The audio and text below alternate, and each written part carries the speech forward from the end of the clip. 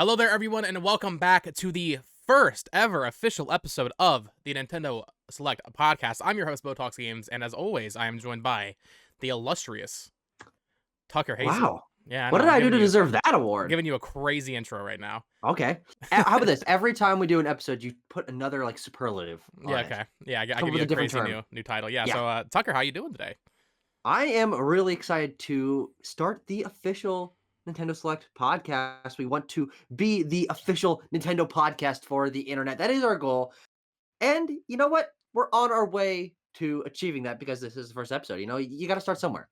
Yeah, Why for not sure. episode 1? Yeah, no, well, people will know that we did a live stream last week, and we got some really good feedback from that, and people seem Yes. to actually really like it. And even just for a live stream, I mean, my channel's pretty small. I actually did pretty well, so I'm excited to get into this. Mhm. And we have a couple questions here to warm us up before we get into the headlines or the Yeah. quick news Oh, yeah. from the Discord, as well as members on my YouTube channel, or not paid members, but just people that commented on the community post. So starting off, we had from the Discord, Narga Shadow asked, "What makes you stand out from other Nintendo podcasts?" Good question. And we've kind of discussed this, and when we were planning this podcast, we were trying to figure it out, really. Basically, and we might both have different answers. For Mhm. me, it's I want to cover everything with Yeah. Nintendo. Yeah. I feel like most modern Nintendo podcasts, they cut stuff out. They don't talk about Advance Wars. They're not going to talk about Xenoblade as in depth. They're going to talk about Mario and Zelda and the big things. But there's so much going on with Nintendo that most podcasts aren't going to cover them in great detail. Yeah. I also love the angle that we're younger than most Yes, podcasters absolutely. because most Nintendo podcasts are of an older demographic, and that's fine. Mhm. But for me, it always kind of alienated me growing up listening to Yeah. podcasts Yeah. from older people. It's definitely something that I want to see reflected in our podcast. People of our generation that grew up with the generation of games that we did, having our tastes and experiences reflected in a more official podcast capacity. The average Nintendo podcaster grew up in the 90s, and we did not. We weren't even born yet. We weren't even conceived. Yeah. So I like the idea that just by that merit we offer a new flavor. And something that I have learned doing some other podcasts and reviewing older films is by default being a younger viewer with a different mindset, more modern mindset reflective of this era. You bring a different view to games, to movies, to media that older generations don't have. And so you know what? We by default bring that. But I think that you're right in terms of the breadth of Nintendo is something I'm always scrambling to piece together from other people's content. I want this to kind of be a hub for the variety of Nintendo that I really like to consume because I'm really passionate not only about Switch era Nintendo and playing all of the games and really debating a bunch of Switch stuff because you and I that's where we got are most passionate about Nintendo. But also Nintendo has so many weird pockets of its history. If you go back and you look at the games that they published or series that they one-off developed or people think about Wave Race 64, but there's Wave Race on Game Boy. That's really weird. There's a sequel to Kid Icarus on Game Boy. There's so many strange things in Nintendo's history that people either don't know about or don't really care to spend a lot of time talking about because it's not going to get clicks. I mean, let's be 100% honest. But being a place where people who are really passionate about Nintendo can bring their modern passion for Nintendo and debating the games that are currently coming out. We love to do speculation, like half your the videos on your channel are speculation about Nintendo and the history. This is the black hole. This is the Nintendo black hole in the center. The black hole. Yeah, no, exactly. I mean, with the talking about their history, that's something. God dang it. Alarm's going off. Professional. No, keep it in. We're professionals. You are not. And I was supposed to wake up now at 2:25 p.m. when we're recording this. No, but what you said about just exploring their back catalog and the history of Nintendo too. That's something that really excites me and that's one of the reasons I love doing this channel. I usually cover new news and speculation, like you said, but every once in a while, whenever I play an older game, I'll do a video on it. Yeah, and if that video does well, I get really happy. But it's just nice to be able to talk about anything Nintendo. And because we're younger, we missed out on a lot of stuff. I've never played Super Mario RPG. I'm sure I will. And when I play it, I can talk about it on the podcast. Same with Earthbound. I've never played Earthbound. I think I've gotten pretty good. I think I have a pretty good coverage, especially of their modern stuff. I mean, I've pretty much beaten every Switch game that Nintendo's released. I'm close as well. Yeah. But yeah, especially that history going back, and this podcast gives us an excuse to at least focus on it a little bit more. It gives us a reason to really go back and kind of learn ourselves more. Yeah. When it comes to Nintendo's history and more of their modern stuff. Because I mean, even the stuff I included in the headlines today is stuff that I doubt you even had even heard of Tucker, even though Me? you follow, yeah. I mean, it's just random stuff, but like it's interesting, and it's it gets us closer and more intimate, let's say, with the Hmm. company and its Yeah. partners. We're gonna talk about level 5 in a little bit. Um, Sure. Oh yeah. it's You and not, me, level 5. yeah, we're level 5 Like, boys. God, we are gonna go so crazy when Yes, information dude. about New World of Steam comes out. Holy Yeah. shit! And even I mean, even Watch their out, other stuff, I'm guys. excited. Even their other stuff, I'm excited. True. True. Um, but yeah, I mean, it's not just gonna be Nintendo too. It will be like this didn't happen this week, but Sega bought Rovio, the Angry Mhm. Birds developer. So We weird. would talk That's about so that weird. if that was this week, Yeah. right? So Well, Sega's like they're like Nintendo Light. You know, yeah. we think of them as Nintendo at this point because Sonic is in Smash Bros. That was the first time I ever saw Sonic was playing Brawl. Are you serious? It's oh yeah. I mean, that was my exposure to like basically every video game franchise that wasn't Pokemon or Mario. I was like, what the hell is the rest of this stuff? That's probably the first time I heard about Zelda, even. Speaking of Smash Bros, I didn't include it, but someone in the server asked a question about Smash Dream roster, like if we got Yeah. like 6 more characters or something. I didn't include it this week because there's already a lot to talk about, but Mhm. we will do like a Smash Dream episode for sure. Oh, absolutely. God, I think Smash speculation is my favorite thing about Smash. Like, I like playing the game. I don't like it's not my favorite thing to do. I do it with my friends, but Smash speculation and Smash hype, there's something so ungodly special about that to me. Yeah, I've been doing it since I found out about the internet. I had this is we're diving deep into the Tucker Hazel lore here on episode 1 of the Nintendo Slug podcast. I was part of the iFunny Smash 4 community. Uh, okay. Everyone had a different character, and I was Smash underscore Dr. Mario. And I met some people that I still know today through that. And like everyone was, Smash underscore Ivysaur, Smash underscore, Link or whatever. But I'm so passionate about Smash and Smash speculation that I will talk about that for 3 hours if I need to. Yeah, I mean that could be a whole episode. That's why I kind of wanted to save it because there's so much Yeah. to talk about this week. But also seeing that question made me realize, dude, it's been almost a year and a half since we had any Smash Mhm. news. I know it's kind of crazy, and I think a Yeah. lot of people were getting sick of it at the time because it was so Yeah. consistent Fair. for almost a decade. And Mhm. now I'm kind of missing it. But Yeah. Yeah.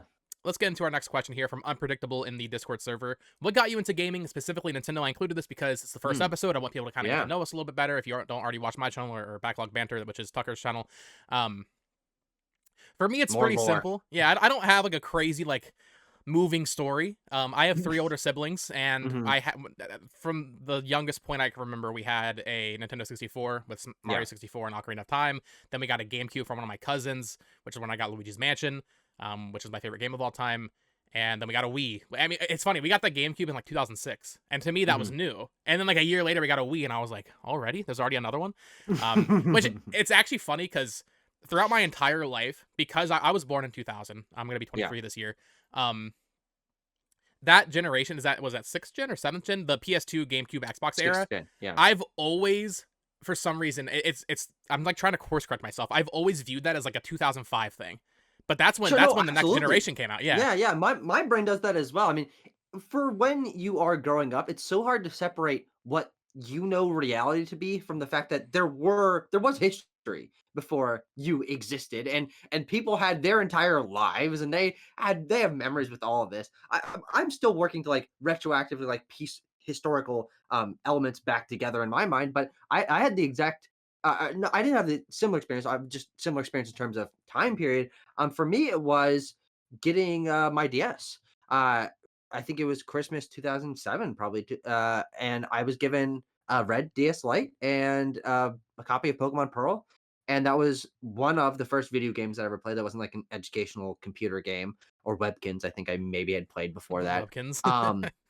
And with getting Pokemon on my DS and then eventually getting a Wii with Wii Sports and Smash Brothers, Nintendo was video games to me for such a long time, and to everyone else that I knew because we all had DSs and we were all playing Pokemon, that it was like a culture shock for me to find out about Sony's history and like PC gaming. I remember like when my friends were like, "Oh yeah, you should download Steam." I'm like, what are you talking about? Because I've been so intimately connected to Nintendo on a personal level for as long as I can remember that Nintendo is video games. And I know that's something that goes back even farther. People who grew up with NESs, Super Nintendos, and 64s, but uh I only had my DS and my Wii for, the first 5 or 6 years that I was aware that video games were a thing. So Nintendo is just something that like is a huge part of my life, and we'll share many stories as this podcast progresses. Yeah, for sure. King Dilly, this was in the YouTube community post, I believe, Oh, asked, jeez. "What is your guilty pleasure game?" Oh. Now, listen. I have an Hmm. issue with this question. Not Okay. not I'm not calling out you specifically, King Dilly. I know you're gonna watch this. What what does this question even mean? People always ask, "What's your Hmm. guilty pleasure movie? What's your guilty pleasure music?" What does that even mean? Am I supposed to feel guilty experiencing it? Yeah.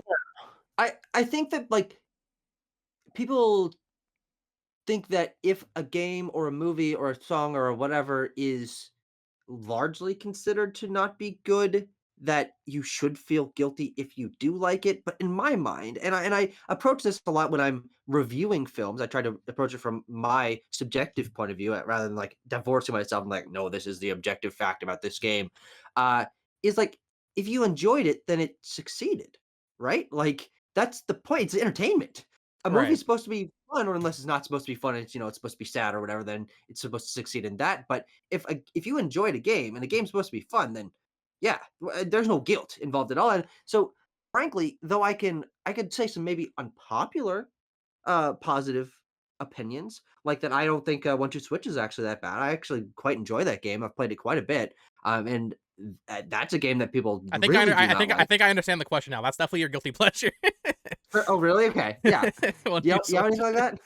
Um, I mean, not anything that I think is just actually bad. I mean, I was gonna say Call of Duty. I know this is a Nintendo podcast. I play Yeah. Call of Duty every year. That is the one thing about me, despite so heavily aligning myself with Nintendo. Call Hmm. of Duty is my most played thing every year, like without a doubt. It's the only Mm, FPS I really play. I tried yeah. playing X-Defiant. I didn't really like it. Everybody's hyping that up from Ubisoft on PS5 last week. The beta went on. But yeah, Call of Duty, I mean. That's the thing, though. Call of Duty is not bad. And people Right. that think Call of Duty is bad are just insane. They're just trying to hate. They're trying to Yeah, cope their way into like a different reality. yeah, exactly. And we'll talk about Call of Duty later in this podcast because some crazy Mm. stuff happened when we get to the major news. But yeah, I guess outside of 1-2 Switch, did you have any like actual examples you would say? Hmm. Um. Yeah, I don't really know. Uh a Poke Park, Poke Park 2. It's like it's a I real enjoyed Poke simple Park as game, well. but Yeah, yeah, I had fun with that. yeah. Um. No, but here's the thing. I just think I know it's a little self-centered, but I think I got pretty good game taste, to be 100% honest. Um. And even when a game that I like Arms is one of my favorite Switch games, is unpopular, I think that I've got pretty good legs to stand on as to why that game resonated with me. So yeah, maybe something like One Two Switch or Arms, like games that I like more than your average bear. But um, yeah, I don't feel guilty. That's for sure. Right. Well, I guess maybe I should feel guilty for playing Call of Duty, supporting. But that's for another reason entirely. Um, yeah, let's go ahead and get into our quick news. We have a couple items here, three relating to Mario movie, which we'll kind of Oh tie all those God. together. But first up, of course, reminder: Xenoblade Chronicles 3: Future Redeemed is now available. We will be talking about this later when we get to what we're playing. But Tucker, Mm. have you had a chance to check this out yet? Now, look, You it's make me episode sick. one. It's episode one here of the Nintendo Select podcast, and we got to establish our bits. We got to establish our personalities. So, 20 years from now, when our grandkids are watching the old episodes of Nintendo Select podcast, they know who we are. I don't play DLC, and I don't know what it is about my brain. I genuinely, like, there's no rational reason for me to feel this way. But like, I hear about DLC, and I'm like, I wish that didn't exist. Like, I will explicitly avoid playing it at all costs. The exceptions being downloadable characters, something in an ongoing game like Smash or like Mario Kart tracks or Overwatch characters. But DLC chunks, even if they're phenomenal, I love Last of Us. I love Last of Us Part 2. Never even crossed my mind to touch Left Behind. I played 150 hours of Xenoblade Chronicles 2. Never even thought to start Torna. My brain just does not work in that way. I have no idea why. I have zero idea why. Bro, but okay. The only one I've ever really gotten into or played all the way through is Octo Expansion, and I didn't like Octo Expansion, which I know is an unpopular opinion. But Abram told me to play that for a review, and I played through it, and I'm like, I wish I hadn't done this. Okay, well, in the case of Xenoblade, I get what you're saying. I typically don't like DLC as much either. Yeah. Specifically, I had a really funny comment. I did a video talking about Breath of the Wild because I finished my playthrough of that. We'll talk about that again Mhm. later too. And I mentioned how I've never finished the Champion's Ballad Mhm. because for me, Breath of the Wild, when I beat it when it came out, I was done with it. Yeah, yeah, And then I just never really cared enough to like, it's like 6 months removed at that point. You forget what your equipment is and all that. mhm. It's kind of hard to get back into. So with stuff like that, where it's just adding onto a save file, I totally Yeah, get. yeah, that's different. In the case of Torna and Future Redeemed, though, Tucker, these are literally new games. I am Torna, aware of you can this. you can buy Torna on its own, Oh, no, I completely know. separated, and the Future Redeemed is technically only DLC, but um, well, we'll talk about it later. We'll talk about Future Redeemed later and get my thoughts on that. But it's very good so far. But Yeah. with that, we did have a question from Nish Quick Pops. Hmm, What is next after the Klaus saga for the Xenoblade Chronicles series and hmm. Monolith Soft? So I haven't finished Future Redeemed yet, so no spoilers, obviously, regarding that game or There Xenoblade 3, probably really. are people who finished it. Yeah, Those twisted but bastards. yeah, they're speed running it. I have like 12 hours in it, and I'm still not done. Mhm. Love me full game size DLC. But to answer your question, I've been thinking about this too. With Xenoblade, it seems pretty clear that I think is it Tetsuya Takahashi, the director of Monolith Soft or the creator of Monolith Soft, whatever it is. Yep. Yeah, I believe originally with Xenogears and Xenosaga, his plan was to make a game series that would spawn 6 titles basically. Yeah. And obviously with Xenogears and Xenosaga, that didn't work out because of funding and the publisher just wasn't there. But now with Xenoblade and Nintendo's backing, he's actually done that. If you count like Future Connected, Future Redeemed, and Torna, that's Yeah. 6 games. And then X, I guess, is a 7th game, which is kind of unrelated there, right? So, I don't. I really hope they don't try to shoehorn in anything else in the same Mhm. saga. I haven't finished Yeah, Future yeah. Redeemed. I've heard it actually wraps things up pretty nicely for the every character involved. Um, So I hope, I don't think Xenoblade Chronicles is going anywhere. It's as big Yeah. as Fire Emblem in terms of sales for Nintendo now.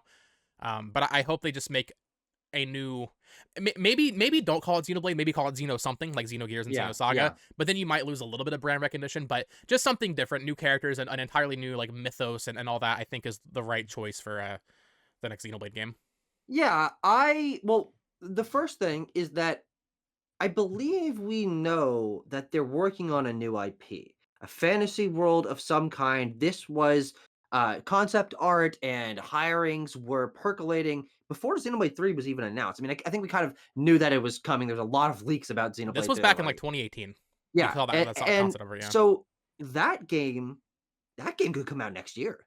And I assume that it's gonna be in something entirely different, and frankly, I think that's the right direction for, Monolith Soft to go because, yes, Xenoblade as a franchise, you're right, is about the same size as Fire Emblem now, but Monolith Soft has the power to do a variety of different worlds, different characters, different game types if they'd like to, and I think that for almost their entire history, that we're cognizant of, they're the Xenoblade team.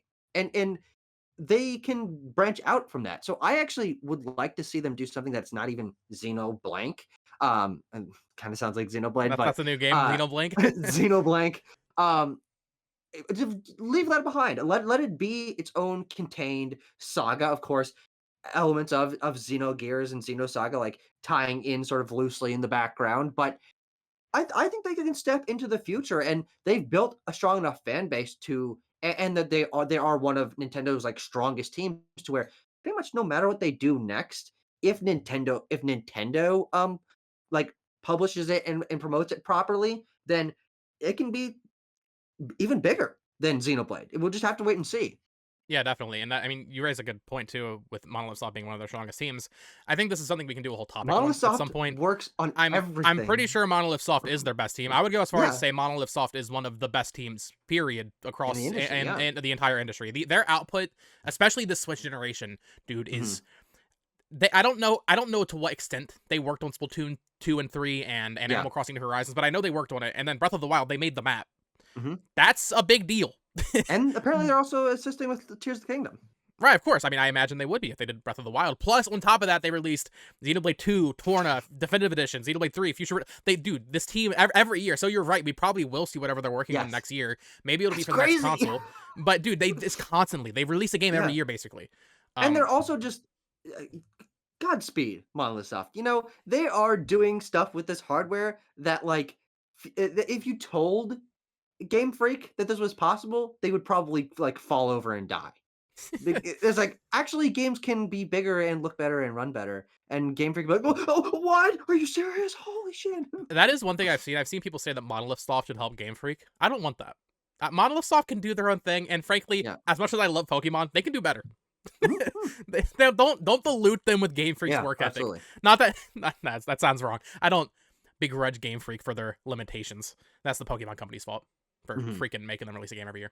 Anyway, a couple Mario movie related things that I want to go over really quickly. So this was funny. An Argentine TV channel somehow, Tucker, somehow, I don't know how they even got the file for the movie, broadcast the entire movie on cable television. How does that happen? Huh. Huh. I just Well, thought it was funny. yeah, I don't know that much about how films are, like, distributed to theaters, especially not internationally, but it's certainly possible that there's just, like, you know, they got a fucking Dropbox. Uh, Someone at Nintendo just Universal pulled sends the them into fire. Yeah, yeah, they're just Universal. like, "Yeah, here, you take it on Google Drive." But I'm sure, like, there are video files of the Mario movie out there, and International Rule is such a popular movie, one that people just want to see as much as possible, and I'm sure many people want to rip it and put it on a DVD and sell it illegally, at a black market shop or Well, that's whatever. definitely happening now. That there's a clean rip of it. Yeah. Uh, Whatever. I mean, like, it's just so funny that, like, they just, like, put it on TV, like, It's just because so you random. expect this out of, like, oh, an Argentine YouTube channel, oh, people were caught watching it, illegally on, like, a drive-in in, like, Utah or whatever, but no, it's just on Some television. kid was just watching his freaking Foster's Home for Imaginary Friends, and then the Mario movie started playing. He was like, "No way!" Made that kid's day probably. We also had some other stuff with the Mario movie though. So I don't know if you saw this, Tucker, but a Mm, bunch of concept art leaked from Illumination and Universal, and obviously I'm not going to show it in the video, but there's some really interesting stuff here. First of all, there's one piece of concept art of Mario in the room playing Kid Icarus, and it's just cool to see mhm, the concept art for that. And like there's like the arm wing in the background and the track and field yeah, poster and all that, which is really cute. But there is one thing that it makes me angry and very sad. And uh-oh. one of the posters, freaking Toadsworth, is there, as Oh, well really? as Captain Toad. And that's actually Hmm, something that annoyed me when they revealed the first trailer for this movie. yeah, What is Nintendo's fixation on not using Captain Toad? Toadsworth, mhm, that's fine. I get it. Toadsworth, of course, Sunshine, the old Toad. He hasn't been in a game since Sunshine, I don't think, or maybe Mario and Luigi. But Captain Toad is such an obvious character to include, even in Smash Bros. How is Captain Toad not in Smash Bros? yeah, Why? Like, yeah, and especially because the Toad in this movie, um, in the Mario movie, it basically was Captain Toad. yeah, very Just give him close to the, just Captain give Toad. him just give him the headlamp. Mhm, That was definitely the yeah. original plan. Yeah, it's interesting. Just the Captain Toad thing in general. I love Treasure Tracker. I think it's a phenomenal game. I am so shocked we have not gotten a sequel to that game. Me too. Like when the Switch, when I was really, I'm still really into the Switch, but I was really into the Switch as it was coming out. I'm like, okay, which sequels to Wii U games and which ports are we gonna get? And like, oh, I'm speculating all this stuff. Like top of my list was, yeah, of course they're gonna make a Treasure Why Tracker wouldn't they? Tracker sequel. Yeah, because like that new hardware, taking inspiration from the Mario Odyssey worlds, which of course they did a little bit of that DLC, which I didn't play because it's DLC. I was gonna say your favorite thing DLC they did for Mm-mm-mm. no reason. Um, but uh, Captain Toad is also an awesome character. During Smash 4 speculation, I'm like, oh yeah, he's gonna be one of the DLC characters. Um, but I do think that with the Mario movie, I think they are starting Keegan Michael Key's Toad character on the path to becoming Captain Toad as like a character arc for him Okay. at the end of the second movie or whatever. He's obviously so much more confident than literally every other Toad in the entire Mushroom Kingdom, and he has that backpack on his back. And I think Peach needs to instate an army, and they start a military. Boom, you need a captain. How about this guy, Captain Toad? For some reason he needs a GoPro on his head. Okay, there you go. It's Captain Toad you know and love. That'll be in I the think I think it would be cool to see it be like a element of his character arc. Yeah, that's actually a really good idea. I hadn't thought about that. No, he'll put the lamp on when they get the Luigi's Mansion spinoff and they have to go save Luigi again. Or Yep, like, yep. yeah, he'll be like, it's dark in here. That's actually a really good idea because that's one thing about the movie too. Not to talk about it too much. I feel like Toad's character was really just he No, didn't yeah, really he's do useless. Yeah, he didn't yeah, do yeah, anything, and that was really disappointing because like he literally set up in the movie like, listen, I'm gonna help you, and then he didn't yeah. help. I guess he put No. the freaking whatever. No Mario movie spoilers here. And then last thing pertaining to the Mario movie, Tucker, I was curious what you thought about this. Obviously, Yep. you're the film buff. Oh god. The Yeah. they are screening the Japanese version of this movie with the Japanese voice cast in certain theaters in America. And so Hmm. it's not very many. It's mostly in California, Yeah. but this is so weird to me because like you see this with anime movies. Obviously, Suzume Of just came out, course. and there's gonna be the Yeah, I sub just saw version that. and the dub version. Oh, did you? Nice. Mhm. I still need to see it. But the Mario movie was not made for Japan, Mhm. so Yeah. Oh, yeah. this feels. I don't. Is it like I don't want to say pandering, but is it like pandering to the Mm, hardcore gaming mm, audience? It's like, oh, this is from Japan because it's Mario and Nintendo, so now I want to see it in Japanese. mm. It just feels really weird to me. It's cool, but it's just Yeah, like, why not just show it in Italian? Like what?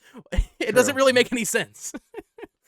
Yeah, I don't even know how many other dubs they have for this movie because obviously a solid chunk of this movie's budget went to getting A-list American voice actors or actors to voice these characters.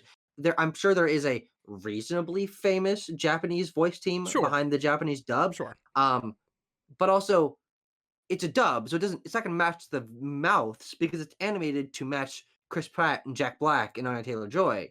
Uh, I think this is just like I can't even fathom why they would do it. It's Because just so weird. yeah, it's so strange. That's so strange. And who's the market for this? You know, like That's what I'm saying. Like, everyone. is it just like the hardcore Nintendo fans that are like, yeah, Japan? There's not enough hardcore Nintendo fans to warrant a release of a version release of a film. That's so weird. That's so weird. But it's not like this is gonna hurt the performance of No, the it's film kind of because cool. Like, it's I gonna don't hit a know. billion before the end of before next episode. We will have a segment next episode. This is the Nintendo Select promise here. We will have a segment next episode. $1 billion, the Mario movie. I Holy like shit! that. I like that. The Nintendo Select promise. Oh yeah. Every promise will be broken.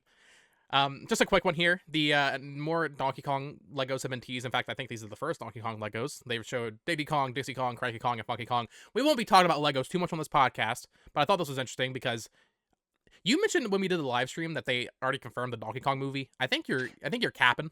To be honest with you, I don't That think was that's real. definitely a thing at one point.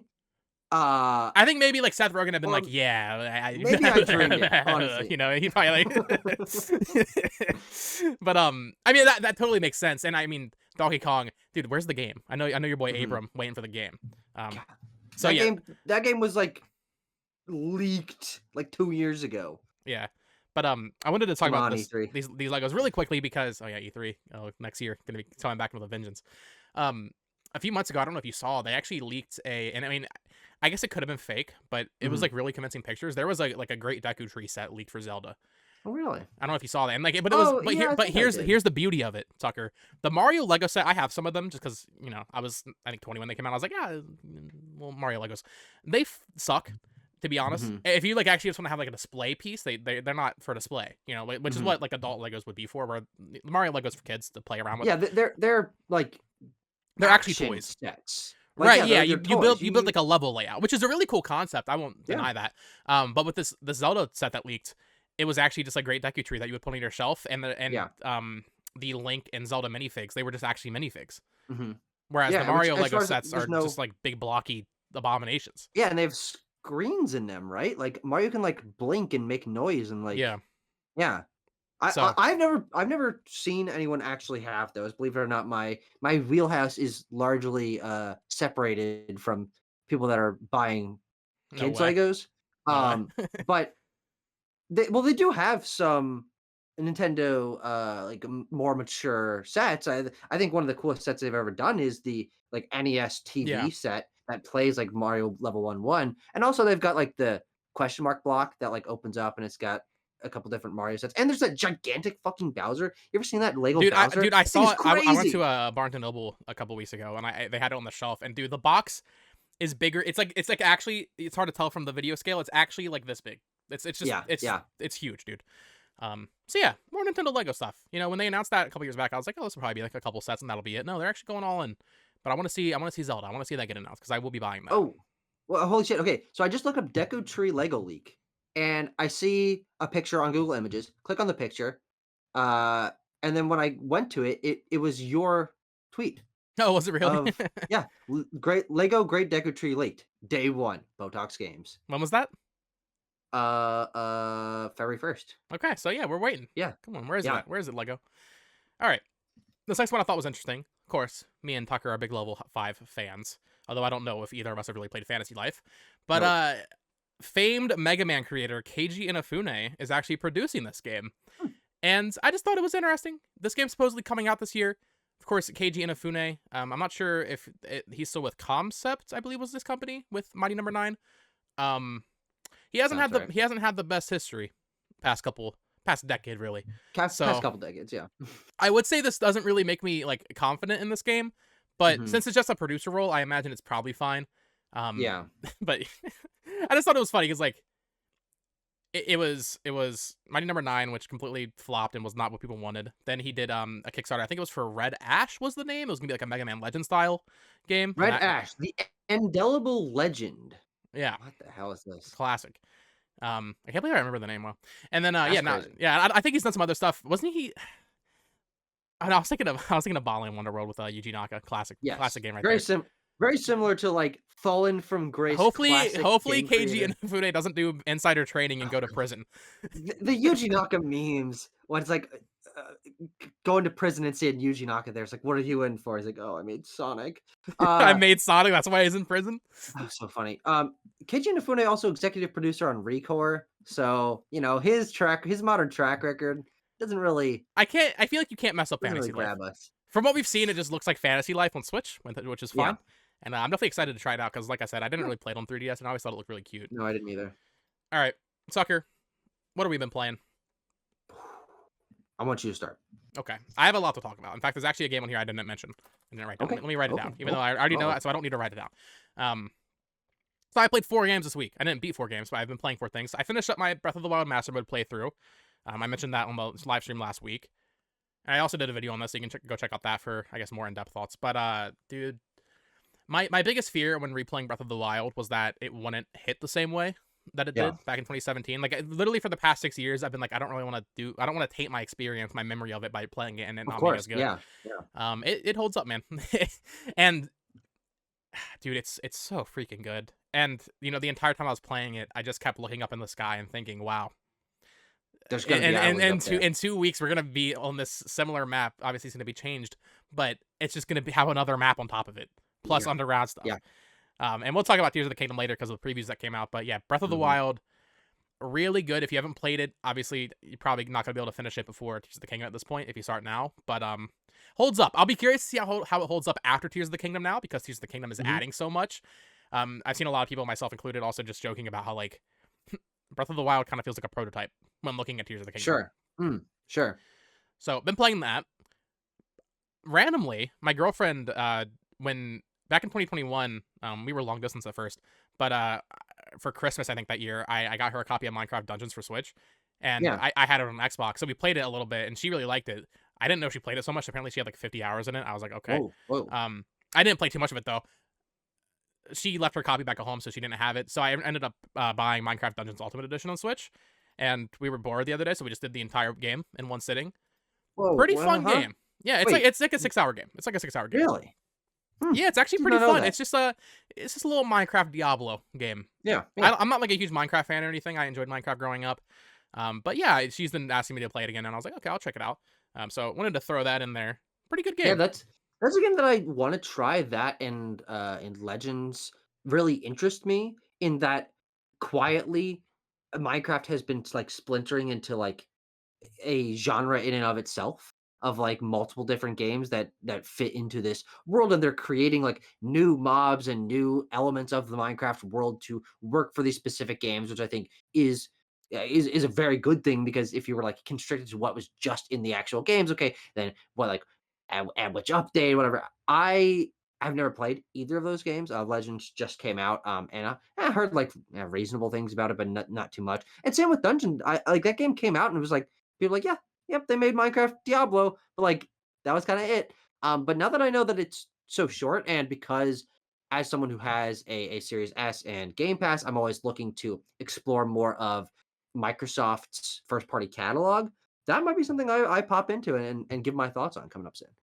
Yeah, it was cool too because well, the reason she was thinking about it again was because it was actually free on PS Plus last month, I believe. So like it was on her Oh. mind. So what Mm. we did was actually she was playing on the Switch version that I bought on the Switch Lite, and then I was just on the TV while she was sitting next to me playing on PS4 because it is crossplay, which is a lot of fun. Minecraft Legends, I played it like maybe 20 minutes of on Switch. don't get the Switch version. Yeah. Dude, I'm not a frame rate snob, but my lord, not a good look. Not a good look. So eventually, I do want to try that eventually, but also it's like a weird RTS, so I don't know. That's really for me. Yeah, yeah. I don't have much experience with those, but if anything, I've also never played Diablo. So if Me I was neither. to play Dungeons, that would be my first experience with that kind of game. Though I am interested in trying Diablo 4 when that comes out later this summer. Though it's also in an incredibly crowded Is that on season, Game and Pass? Is that coming to Game Pass? I think so. I mean, I don't know. The Activision deal is like so up in the air, but like they might have still done it Yeah, anyway. I don't know. I'm not sure I can't because I remember. I also want to try This out is a Diablo. Nintendo podcast. Hey, we'll talk. We'll talk. Think about We'll Xbox. talk about Xbox and PlayStation if we're playing them. All right. I'm also playing Advance Wars, but I'll save that for the end because I think you also played some of that. Um, Nope. okay, well I'm gonna save it for the end anyway. Let's get into Yeah, Xenoblade. sorry. I told you I was gonna play some, and then I didn't. Yeah, Yeah, but I don't okay, blame you, Xenoblade. Oh, let's hear about this. dude. Xenoblade. So I'm like 12 hours into Future Redeemed. Of course, this is the new DLC.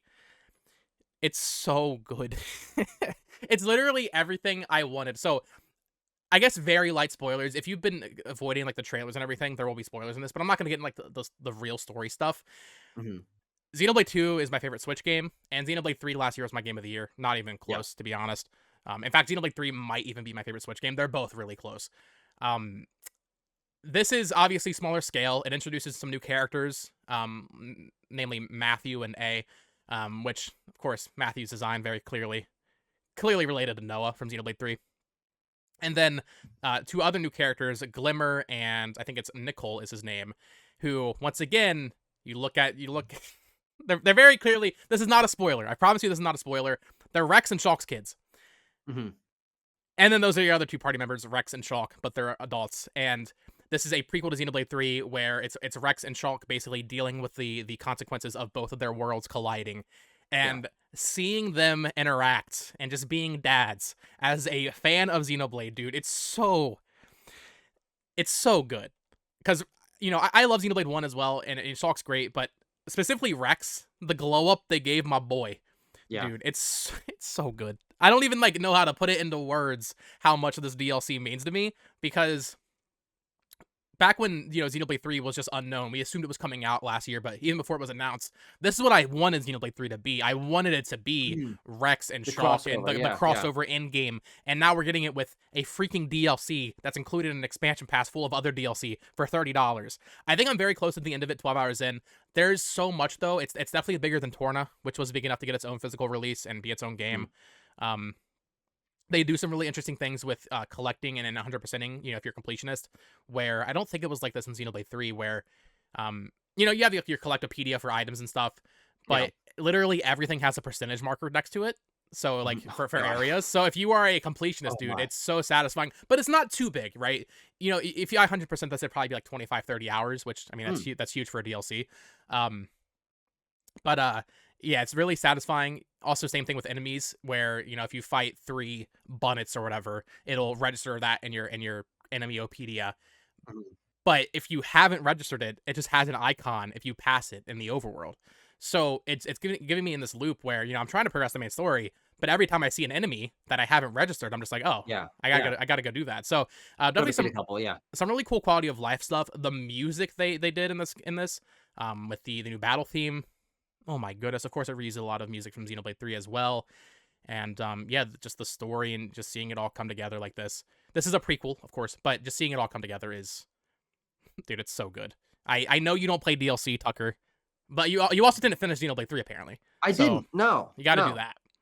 Yeah, man. I love Xenoblade so much. Apparently Not enough. I don't love it enough to finish Xenoblade 3, which is a game that I played, 25 hours of and loved every minute, and then just like got distracted and school started and like I don't know, another game came out or something. I'm very bad with big games, and I think that's going to become a recurring one of my other bits here on the Nintendo Select podcast is I like my games sub 10 hours if they can afford it. And so RPGs are really something that I stray away from and avoid in open world games, unless except for very specific instances. Breath of the Wild, Pokemon Scarlet and Violet, I played a lot of last year. I didn't finish Elden Ring. I just played like 20 hours of Red Dead Redemption 2 in a week, and I loved it. And then I haven't touched it in 2 weeks, even though it was one of my favorite games I'd ever played at that point. I have a relatively short attention span, and for me, games are much better when they are bite sized. I can beat them over the course of a weekend or max a week. But I'm gonna play Tears of the Kingdom, and I'd love to get back to Xenoblade 3. But like I, that combat's pretty complex, and I would have to pick up like a little over halfway through the game and try to relearn everything, and I just don't know if that's like too feasible for me. It's not too bad, you know. And same thing with Future Redeemed though. There, with Torna, I feel like Torna had more of its own DNA in terms of like UI, and just the combat system was a little different. And the combat system's a little bit different in Future Redeemed, but all the UI elements are all the same. And for Yeah, the most part, the combat is largely similar. Obviously, there's no Ouroboros going on, so the combat, there's not like the fusing. So they have it like a replacement, but it's basically the same thing. Yeah, Future Redeemed, really good. I will probably have more to say on it next week after I finish it. I'm gonna finish it probably today. And also have some videos on the channel, of course, talking about it. I want to get my buddy Aiden on, I think, for like a deep dive spoiler discussion, I think. So cool, stay tuned for great. that. Now, Tucker, you said you were going to play this, but you didn't. Advance Wars 1+2 a reboot camp came out. And I have to say, I only played it. Listen, I only played it for an hour and a half. And I know maybe I'll get some hate. Maybe the Advance Wars fans will come after me. I don't really like this game. I gotta be honest. Oh, okay, all right. I get what it's going for. I respect it. I love Fire Emblem. Fire Emblem's gameplay is awesome, but Fire Emblem's gameplay is awesome when also tied with its great characters, Yeah. sexy characters, mind you, the waifus, and just like the art style in Fire Emblem is really good, except for Three Yeah. Houses. Engage, and I really like this. Everything, the entire package of Fire Emblem, so to speak, Mhm. is really good. With Advance Wars, you have characters like Andy and the commanding officer lady, and Max, who's voiced by Aaron Hansen, which people are freaking out about, which is funny to me. Mhm. Don't need to get into that. But so you have those characters, but you're not controlling them in the battlefield, right? Yeah. They're like basically a special meter, and they'll be like with you on your mission, but they're not actually on the field. On the field is just these generic troops Yeah. on Yeah. what is essentially a pretty basic tactics field. Usually at least in the first hour and a half. Once again, maybe later on it gets way more complex. It's usually just one screen.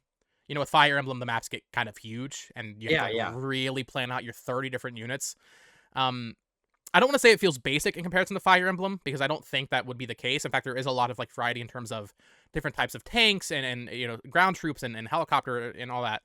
But the visual distinction between them, first of all, I was having trouble with, because there'll be a tank that just looks like a tank, but then there's a tank that has like a slightly longer missile barrel, whatever the hell it's called. Yeah. Snout. Yeah, tank snout.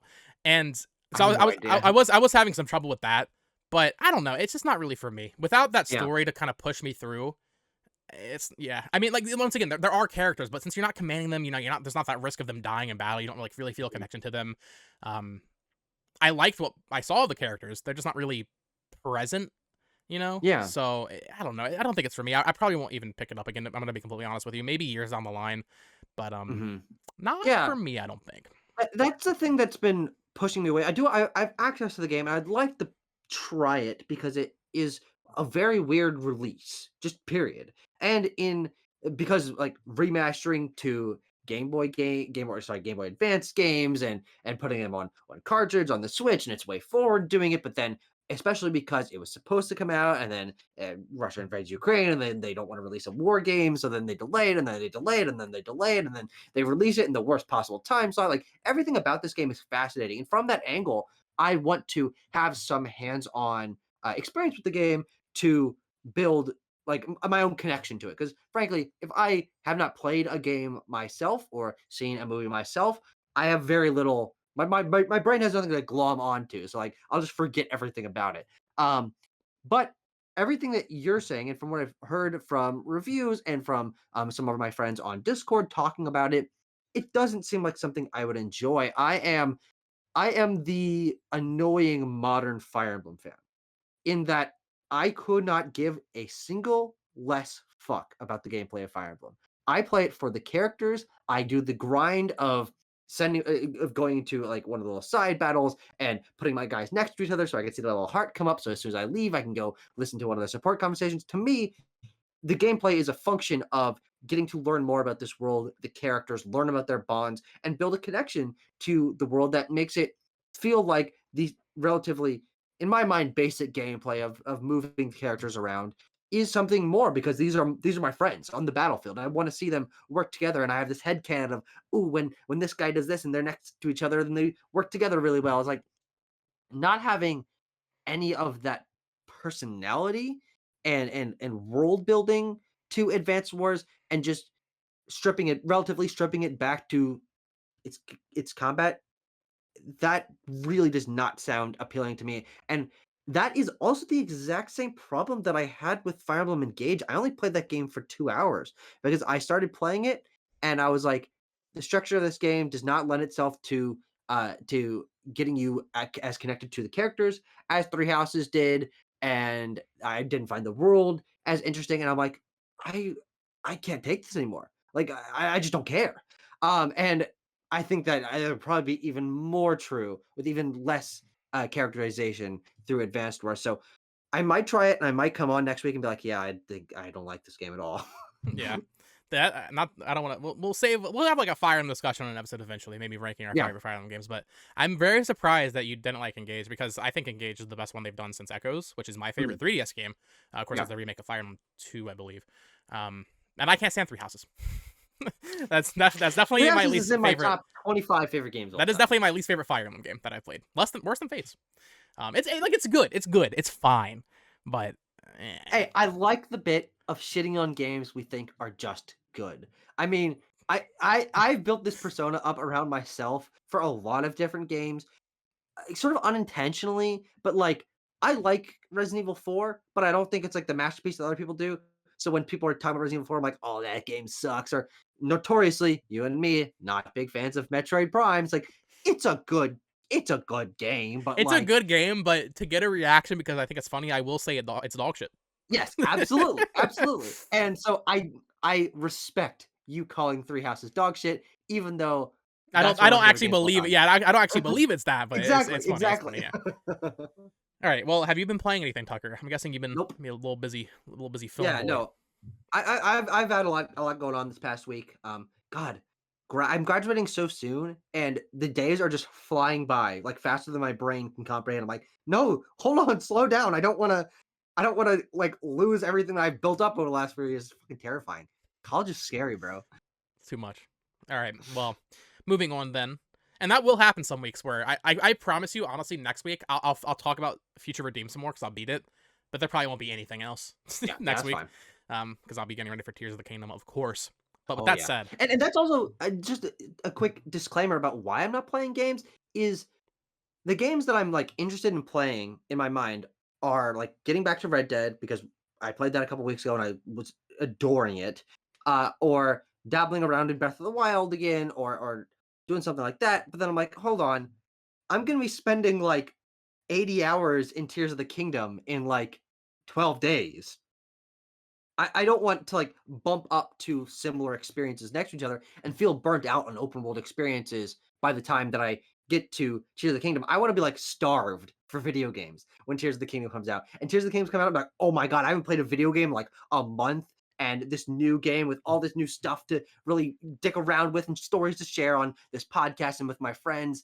I want to be hungry for that game, like I was with Breath of the Wild when that came out. So that is also part of the reason that I'm like, I could go play a game, obviously, you know, there's nothing stopping me, but, like, I'm like, you're saving yourself. Tears of the Kingdom is so important. Tears of the Yeah. Kingdom is so important to me that, like, I wanna give that the best shot it has to be, like, probably one of my favorite games of all time, let's be real. Realistically. I think a lot of people are Yeah. assuming that, but yeah, that's just my situation.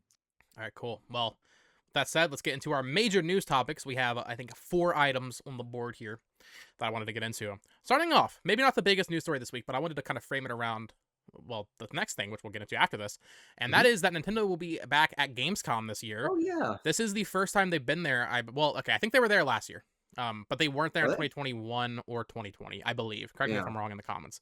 But yeah, I thought I heard that it was the first time they'd be there since 2019, but regardless, they're not there very often, it's so this is infrequent. interesting. It's Yeah. infrequent. So Gamescom, of course, happening in Cologne, Germany, from August 22nd to August 27th. Um, it's interesting, first of all, because in August, okay, they're exhibiting games, right? And this segment of the podcast is more like speculation based and all that. Yes. Gamescom is an exhibition for unreleased product. Yes. We know nothing that comes out after Pikmin in July, True. which means, Tucker, that I think we can safely say there's a June Direct. There's Yes. no shot now. If they're gonna be It, at Gamescom and showing product, they have to be there. yeah. I guess you could say, oh, they're gonna have the Splatoon 3 DLC on show, but honestly, I think that will Yeah. probably be out by And then. people are saying like Pokemon DLC, like Wave 2 of DLC won't They be don't out really by demo then, Pokemon, the final booster course pass for right? Mario. It's like, oh, what are you talking about? Yeah, the interesting thing about this is yes, I agree that they're not going to do DLC. I don't think that would be strong enough reason for, or frankly, that any of those are like exciting enough to warrant spending the money of like getting a booth and setting up all this stuff and having people fly to Germany. Like this is an event they are putting some effort into for some reason, especially because they haven't done as much in the past. I think that this really confirms that we got to have a new slate of games. It's possible that we get like an E3 2016 kind of deal where they really only had Breath of the Wild then, and like that was big enough to where that only mattered. But like, unless it's like a new 3D Mario, like one game is not. One like B tier game. I don't think is enough. Even if it's Metroid Prime 4, enough to warrant going here and having like one booth with one game. No, I don't think that'll be the case. So I expect there to be a big game, maybe not a 3D Mario, but something like a little bit smaller than that. If it's a Donkey Kong game or something like that, that's meaty. But then two or so other things to like support it. Because having just one game to focus on at an exhibition, I don't think is necessarily smart for them. So I think this is just a good thing, and it allays my fears that this There's year nothing. is gonna not be great because nothing so far this year from them has hit with me on a subjective level. And I also have not played a couple of their releases, so that's that's a caveat. But Tears of the Kingdom and Pikmin 4, in high contention for if they turn out great, some of my favorite games of all time. But I want there to be something in the second half of the year, and this is a good sign towards that. Yeah, for sure. I mean, this comes off of 2 weeks after. I believe it's been 2 weeks since Nintendo announced the Nintendo Live event, which will happen in Seattle this year. Mhm. Which it was a similar conversation then, right? Well, if they're doing this big expo event and they have no games, that would make you assume there's gonna be games. Yeah. So it's nice to see Nintendo in a post-COVID world kind of coming back to Yeah. Come to their shell. these show floors, because like PlayStation, for example, dude, they don't do anything anymore. I don't Yeah. even They just don't even release even games. they even announcing games. They haven't. The last PlayStation like showcase that announced first party PlayStation stuff was in September of Mhm. 2021. Yes. I still Yes. can't believe it. So And we that still I mean haven't that's seen anything about Spider-Man 2. God, Spider-Man 2 and Tears of the Kingdom are probably some of the least marketed games I've ever that will experienced. sell And 30 million copies. exactly. That are going to be great and will sell incredibly well and will be the center of their brand for such a long time. But like, Sony, what are you doing? Like, a Spider-Man 2 trailer last year would have been totally normal. Like that's a good thing to do. Show your friends the game a year out from at least. Yeah. Ugh, So God. yeah, I just wanted to shout out Nintendo for coming back to Gamescom, of course, doing their Nintendo Live event, coming out of their shell, like you said. But it does raise the question, Mm, theoretically, what if there is no games? So this and goes there's into yeah, and there's hardware. So this goes into our next news story, in which Nintendo actually had a job listing for their nerd division, the Nintendo Europe Research and Development. I didn't know that was a thing, like an Yeah, it's called official Nerd. consumer Yeah, nerd. I believe they do Oh, a lot of shit. like emulation stuff. I think they worked on Switch Sports. Shout out. Every podcast I'll mention Switch Sports. They did like the motion controls for that game or something, right? But they basically put out a new job listing asking for people that had cross-platform experience and Ooh. experience with I forget the exact wording. It was something about like high performance. Yeah. So people are like, okay, Switch they're games don't really exactly. So people are like, okay, well that would potentially mean they're recruiting for a next generation device, and that's not Yeah. that surprising because No, of course whether or not. not you think the Switch 2 is coming out in 2023 or 2027, they're obviously going to Yes. be working on it right now.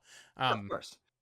but it is interesting, and we had a write in here, which we'll get to, but in conjunction with them being at Gamescom and Nintendo Live, a lot of people think because they're doing Nintendo Live, Mm, maybe they're showing some hardware. What do you yeah, think, yeah. Tucker? Well, I I have been on the boat of that a Switch successor is more important than I think some people realize. It's very divided in terms of people like, oh yeah, no, the Switch like obviously has one of the I would contend one of the great libraries of all time, and there's they still can do secondary entries like another 3D Mario on Switch. Of course, we never got a Mario Kart 9, but then that's not going to happen. We basically already got Mario Kart 9 in terms of DLC. Like, there's so much more they can do that they can ride out the Switch generation longer, but I don't know how much it would really behoove them to do that because the Switch is going to sell a little bit more, but unless we've got another like Mario Kart or Pokemon, like Tears of the Kingdom is not going to sell that many more Switch units because pretty much everyone who's a Zelda fan A played Breath of the Wild and B has a Switch because they played Breath of the Wild. So I think that they've kind of reached their peak, and I think it's a perfect time to refresh Nintendo hype and excitement and next gen titles and start announcing that next slate of games because the worst part of coming to the end of a console's life cycle is realizing that they're transitioning. And that happened hard with the Wii U and 3DS. It happened so incredibly fast. It's like, oh God, where are the big games? And they're just filling the gaps here with like B tier stuff that most people don't like. We haven't gotten that yet with the Switch, but I was really worried that we were going to get that downtime in the second half of this year. And I'm still worried about that to an extent because we don't have any confirmed showcases or games that are going to be announced. I think that if they announce a piece of hardware for a release at the beginning of next year and a couple titles to fill in that like 8-month time gap, that'll be a really smooth ass transition from great console, great library of games, reaching its apex of popularity, and then just a tiny dip as we lead into the next hype cycle, and then boom, just continue taking off. I think beginning of next year is the perfect time to release the next console from Nintendo. Yeah, I mean, I've been very anti-Switch 2. In fact, and Mhm. it's still interesting because I don't know if it's going to be Switch 2 or Switch Pro. But Yeah. here we have a write-in from No Escape Gaming on the YouTube community post. Awesome series. In your mind, what is the best way Nintendo could follow up the Switch? Describe with your perfect console and what games should it launch with? So I just don't know if next spring is the time. I feel like Yeah. that June Direct will be the ultimate sell. If there's Yeah. like only Absolutely. 2 games announced or something in the June Direct, then it's happening next year. Mhm. Um, because and this holiday is the first time there's ever been a gap like this. People keep trying to say that Nintendo does this all the time. They don't do this all the time. No. We usually know at least one or two of the big holiday Yeah. games, and Yeah. then usually in June they reveal like the smaller stuff like a WarioWare or Metroid Dread. Mhm. But for the most part, we normally know everything, and this is the first time we don't know that. So this is the first time I've really been thinking about, well, maybe it is time. Yeah. So if It we're does give you that thought in the back of your head, like, "Oh, is the generation winding down?" We've had, like, because close to full dude, steam ahead. last year did not feel like it was slowing down at all. No, of course not. Their output last year, honestly, people always say like, oh, 2017, 2019 best years of the Switch. I think 2022 is right up there, if 2020 not, 2017 and 20 we need to do a ranking Switch years, yeah, segment at some point on this show. yeah. So yeah, it's definitely got me thinking about when this will be announced. If if there's not a ton in the June Direct, I think announcing this thing in maybe July with Mhm. okay, let's map it out a little bit here. Let's Okay, say alright. in June Direct, we see Metroid Prime 4 coming out Mhm. Yeah, October, that's right? reasonable. I think that's pretty reasonable, honestly. I know people don't want to believe it because it's been so long, but I think that's pretty reasonable now that we Yeah. have Metroid Prime Remastered. So let's say that's happening. Let's say there's Tomodachi Life for Switch, which I think is pretty Mhm. likely as well, and that could be like a September game. Mhm. And that really would probably be all you need. Maybe one more Donkey Kong. game. I was on M Swizzle's podcast, the Mario Matter, last week, or yeah, this week actually, and he said something that I didn't realize. This isn't actually Nintendo published, but a new Mario and Sonic game also just makes a lot of sense this year. Mm. We're definitely due Yeah. for one of those. It's been Mhm. 4 years actually. It will be Only this one on the holiday. Switch. Yeah, Yeah. only the Tokyo Olympics, which came out in 2019. So, one of those, and just like some smaller stuff. I know we've had rumors of F-Zero GX and maybe a Paper Mario remake, stuff like that. So I think Metroid Prime 4 would probably be the biggest game this holiday. Mm. If that's the case, so we get that June Direct, then in July, we probably see the announcement of the new hardware. And then that's why you have Gamescom Mm. and Nintendo Live, and people can go hands Yeah, on with yeah. it. With, I don't think you need to announce too much. You would announce a 3D Mario and 1-2 Switch 3, you know? Yeah, And won't be too you don't stressed. really need a lot. People always say like, oh, you need this big launch lineup. You really don't. No. Just two games, and then some miscellaneous third party support. Of course, if this is significantly more powerful, maybe you can get like, I don't know, like Street Fighter 6 or Mm. maybe like Final Fantasy 15. They bring that back from Jeez, the yeah. dead, because that was always rumored from the NX back in the day. Maybe Dragon Quest 12 Oh, could be a we launch got title. 15 on this. We got 15 on the Switch. I played that Pocket Edition. It actually You wasn't did? bad. It actually wasn't bad. So yeah, I think we're definitely getting to that point where I'm starting to think it's likely, or not likely, but it's definitely a possibility, and that would be like a March Yeah. release. But at the same time, I don't know. Do you think they would announce it in the June Direct, or would it be a separate event? Hmm. Um, they've never announced hardware in a direct before. They did In once, fact, one time. with what, like a new 3DS model or something? The new 3DS itself was announced in a Japanese Direct. Oh, Yes, okay, sure. Well, then I didn't watch that, so I didn't know it was in a direct either. exactly. So suck my left nut. But they so explicitly avoid doing that that I think they would want to make it something that has its own pop and doesn't overshadow the games in that presumed June direct, because there always is the big thing that people, I think, sometimes fairly, but I think largely not unfairly, complain about directs is like the big game at the beginning or the end or whatever it is usually overshadows basically everything else that was announced there. And announcing the next system would make revealing 1, 2, 3 Switch or whatever it is, no one's gonna care. No one's gonna talk about that game ever. Um, I think that they would maybe, and we're just going off the track record of the current system, the Switch. They didn't reveal that thing until what, November, October, October? Yeah, late October. Yeah. October 2016. And then that game, this system came out 7 months later. I think that they might not even need to have people getting hands on with the system at things like Gamescom, because all we can do is think that they're continuing this track record. A Switch follow up is not going to be as much of a revelation. And oh, how do Joy Cons work? How do things? How does it slide into the dock? How does it go out? What is the Pro controller like? That's not going to be as like hard to get your head around the second time around. So I think that they can comfortably get away with not announcing it a year before it comes out. Um, Especially if they have this smaller slate of games that they can show at something like Gamescom, and then around that time be like, hey, summer next year, you're going to be getting your next system, and here's a 3D Mario game that's coming with it. I would honestly, just because I love the Switch's release and first few months cycle so much, just mirror it. Just do it again. You know, uh, Teaser trailer in October, huge presentation in January where you announce the first year's worth of games. We're getting our 3D Mario. We're getting Mario Kart 9 at the end of the year, whatever it is. I I don't think I can't think of any scenario where I would be happier, to be 100% honest.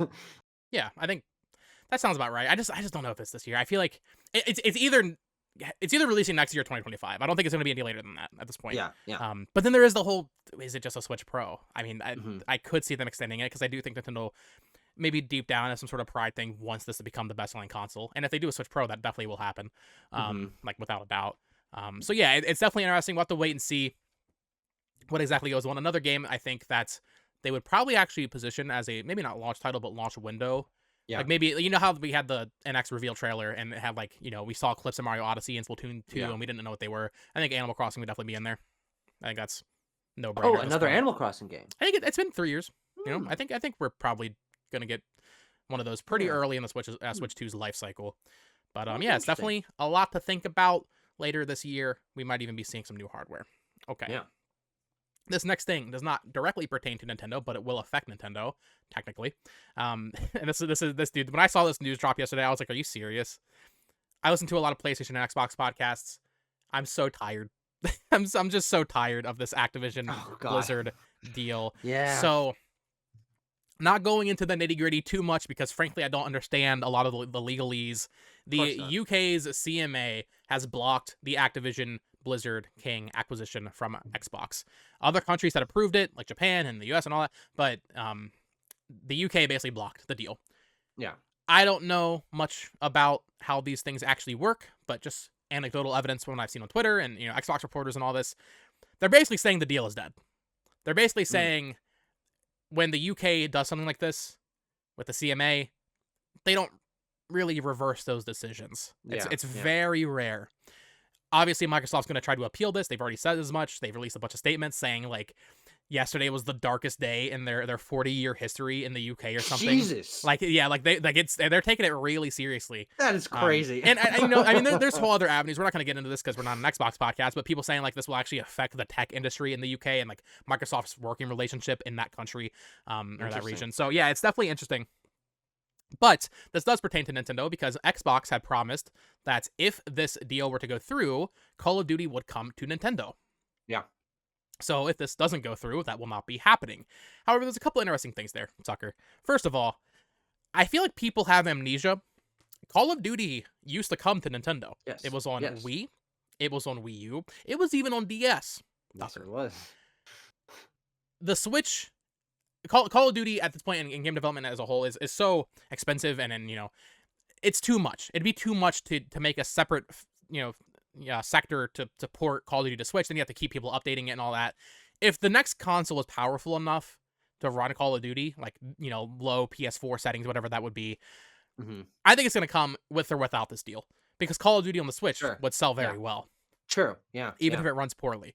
But there was something interesting that the CMA said in their reasoning for blocking the deal. The reason they blocked the deal is because they think it would give Xbox an unfair advantage in cloud gaming, which, to be fair, is probably true.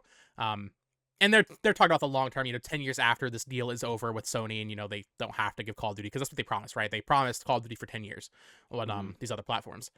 One of the reasons they gave for blocking the deal, I don't have the exact wording, but they were literally like, you said that you would bring Call of Duty to Nintendo platforms. There is not a Nintendo platform that is powerful enough to run Call of Duty at a fair comparison rate to Xbox and PlayStation. So funny. They were literally just like, what are you even talking about? Why would you promise this? And I just thought that was really funny because I mean that's what everybody was saying back then when they announced that with that deal with Nintendo. Like, this would not work on Switch. I think you probably could get something, maybe COD Mobile, Warzone Mobile, something.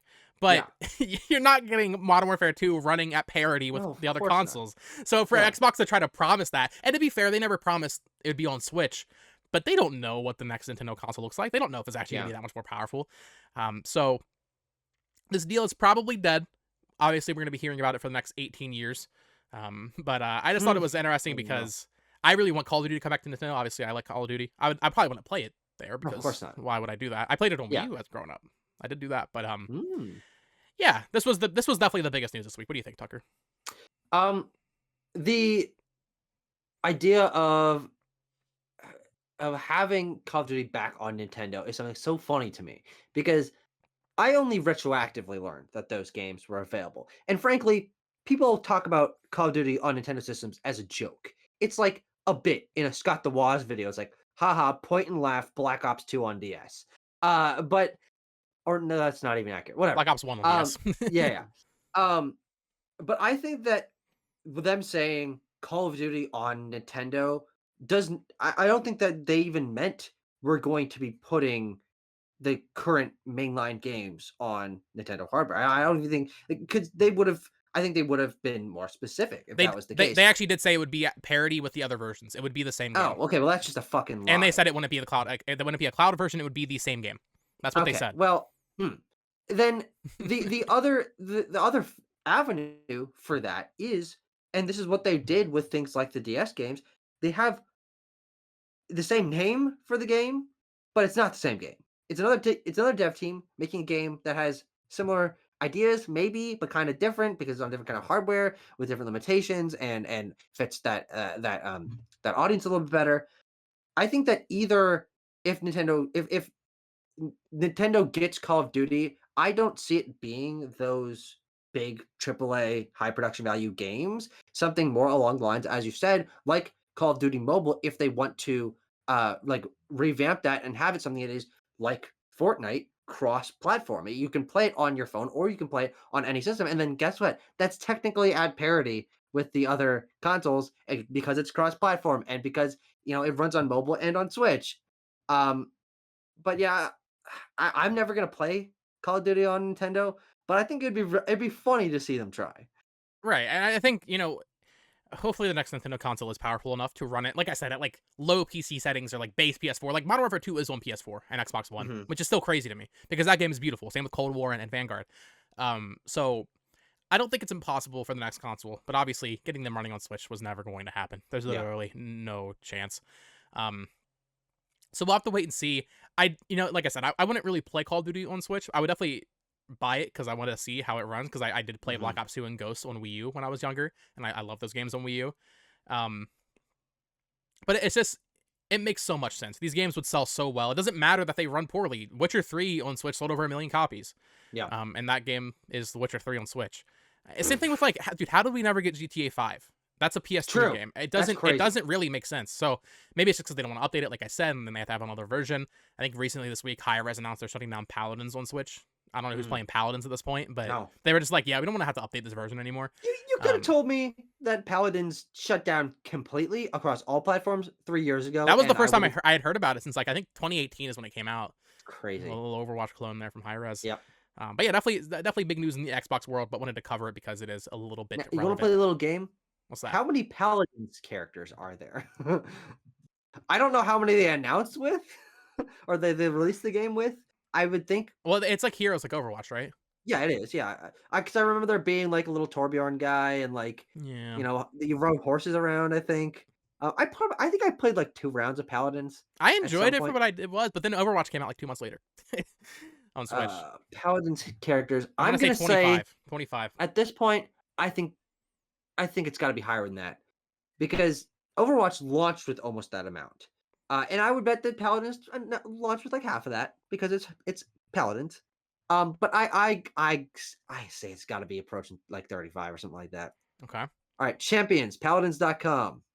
There are currently 58 playable champions in the game. That's a lot more than Overwatch has. Holy shit! Well, Whoa! Godspeed, Paladins. Godspeed. Oh my god, this is turning into and then actually the art looks like League of Legends or Dota. So they're basically just making League, but League with Overwatch. Overwatch. Holy shit. 58. That's a lot. Jesus. All right. Final news topic of the day, Tucker. This isn't really news, but I'm including it here anyway because this is my podcast and I can do what I want. Oh god, yeah. 2 days ago, when you're listening to this podcast, or maybe years ago if you're listening to it in 5 years for some reason, Mhm. previews for the Tears of the Kingdom game came out. Of course, press got flown out to Germany and people in New York, and basically every outlet got to play the game except for Kotaku because they promoted piracy. I saw they did you see that the owner of Kotaku was like complaining. They were like, "This is really unclassy of Nintendo to not let us play this game." It's like, bro, you promoted piracy of their Mm. new game. Oh, Kotaku. They're Classic. kind of the laughing stock of the industry. They are the laughing stock of the of the industry. But yeah, previews came out for this game. I did a couple videos on them already. Yep. Dude, this game, I don't know how much of it you saw. Ooh man, it looks so good. The press seemed to really like what they played, and I mean they only got to Yep. play a couple small Sky Island sections, testing out the new abilities. We did get more information about the game. We saw a new ability which lets you save basically your nuts and bolts contraptions. You can just spawn them in, Oh, which is cool. really Oh, smart that's and nice. really nice. Yeah. Yeah, Um. I was actually thinking about that the other day because obviously I didn't know about that aspect of the game, and I was like, so like if I leave my like little mech car thing on somewhere, do I have to like walk back to it to Yeah, get no. it? You have to have the stuff in your inventory, like to make it again. But it's Oh, like a gotcha. blueprint basically you say, which is really cool. Hmm. Oh, that's Some nice. a lot of other little details, stuff that we don't really need to get into, like bombs are back, but they're not the runes, they're just items, like bomb Mhm. flowers. Oh, Um, I heard about bomb flowers. Yeah, yeah, yeah. yeah, and just seeing the press and real people actually play the game and seeing what they came up with in terms of fusing items and all this stuff, really cool. Mhm. There's a lot of nitty gritty details there.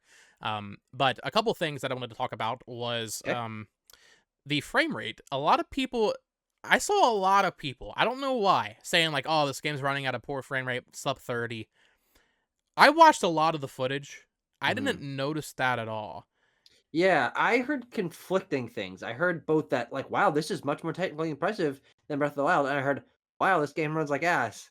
But I think that honestly, that is just a factor of such a complex game that maybe it's just not stable. And like it's hard to tell from a limited selection of footage and without people like pushing the game to the not even necessarily its limits, but the natural conclusion of what you're going to be messing around with. Like they were early on in the game, they weren't building the biggest structures. They weren't going all the way from Sky Islands to the other side of the map and stuff. maybe the game doesn't run great in those like extreme circumstances, which aren't not even that extreme, but maybe it also runs better. It's so hard to know, but I think that this sample size is not enough to know if either people are like making that up for some reason. I don't really know why they would do that, or Yeah. if it actually just is a variable performance game. Yeah, I mean, I think I'm not trying to give Nintendo lenience here when it comes to frame rate. The game should run at 30 FPS locked no matter what. All games should, bare minimum. Obviously, Switch isn't doing 60 FPS for this. Um, but I will say, Breath of the Wild was developed for the Wii U, and then it was ported to Switch. Yeah, yeah. So it having issues with the Switch version, with Korok Forest and all that, isn't really surprising to me because it was made for the Wii U, and it wasn't made for the Switch, right? And eventually Mhm. they patched it and it got a little bit better, but the Korok Forest, like those densely populated areas, definitely didn't run great. With Tears of the Kingdom, there should be no excuse, but I do want to give them, credit where credit is due. This isn't probably the biggest open world game ever made, but it's probably the most densely populated open world game ever made in terms of, Mm. obviously like Witcher 3, right? You're going to think of Witcher 3. That's very densely populated. I haven't played Cyberpunk, that kind of thing. But in terms of the open world map, and then you have a map on top of it, and you can see Yeah. everything all at once. I can't think of another game that That does one Best Picture. that. Yeah, so God damn it. You and your film brain. Oh yeah. Oh Yeah, no, yeah. I think that is actually a reasonable excuse. It's like, hey, we made one of the most complex open worlds ever made. Uh Technology's not quite where it needs to be Well, the for this switch the, game the to switch isn't. well, Maybe. yes, the technology they're designing it for is not quite where it needs to be to and frankly, I think that an open world this complex and layered would be a technical feat no matter what system it was designed on. I mean, if FromSoft comes out and says that their next game also has Skyline, Elden Ring 2 also has uh, Elden Ring Islands in the air, people are like, oh my God, whoa, technical feat, insane. And if that game ran choppily in a couple areas, people are like, well, yeah, they put islands in the sky. I think that this is one of the most reasonable reasons for a game to maybe not run well that we've ever seen. Because it's like they're doing this on hardware that's not only like uh purchasably 7 years old, but like actually like 9 years old based on like the chips that it's 2 gigs running on. of RAM. Yeah. So I think it's gonna be a feat no matter what. And frankly, I expect myself to have some issues, but promptly forget about them because I think it's okay. I think I sacrifice performance for ambition, which is certainly what they're going for here. Which but also it might run fine. Who the hell knows yet? Yeah, I'm not, like when I get to like the Korok Forest or whatever it is in this game, I'm not expecting it to run great. I'm just gonna be honest, and that's Yeah, not an yeah, excuse to exactly. Nintendo, but you're playing a Switch game in 2023. You gotta, you Yeah. gotta, you gotta, take the good with the bad.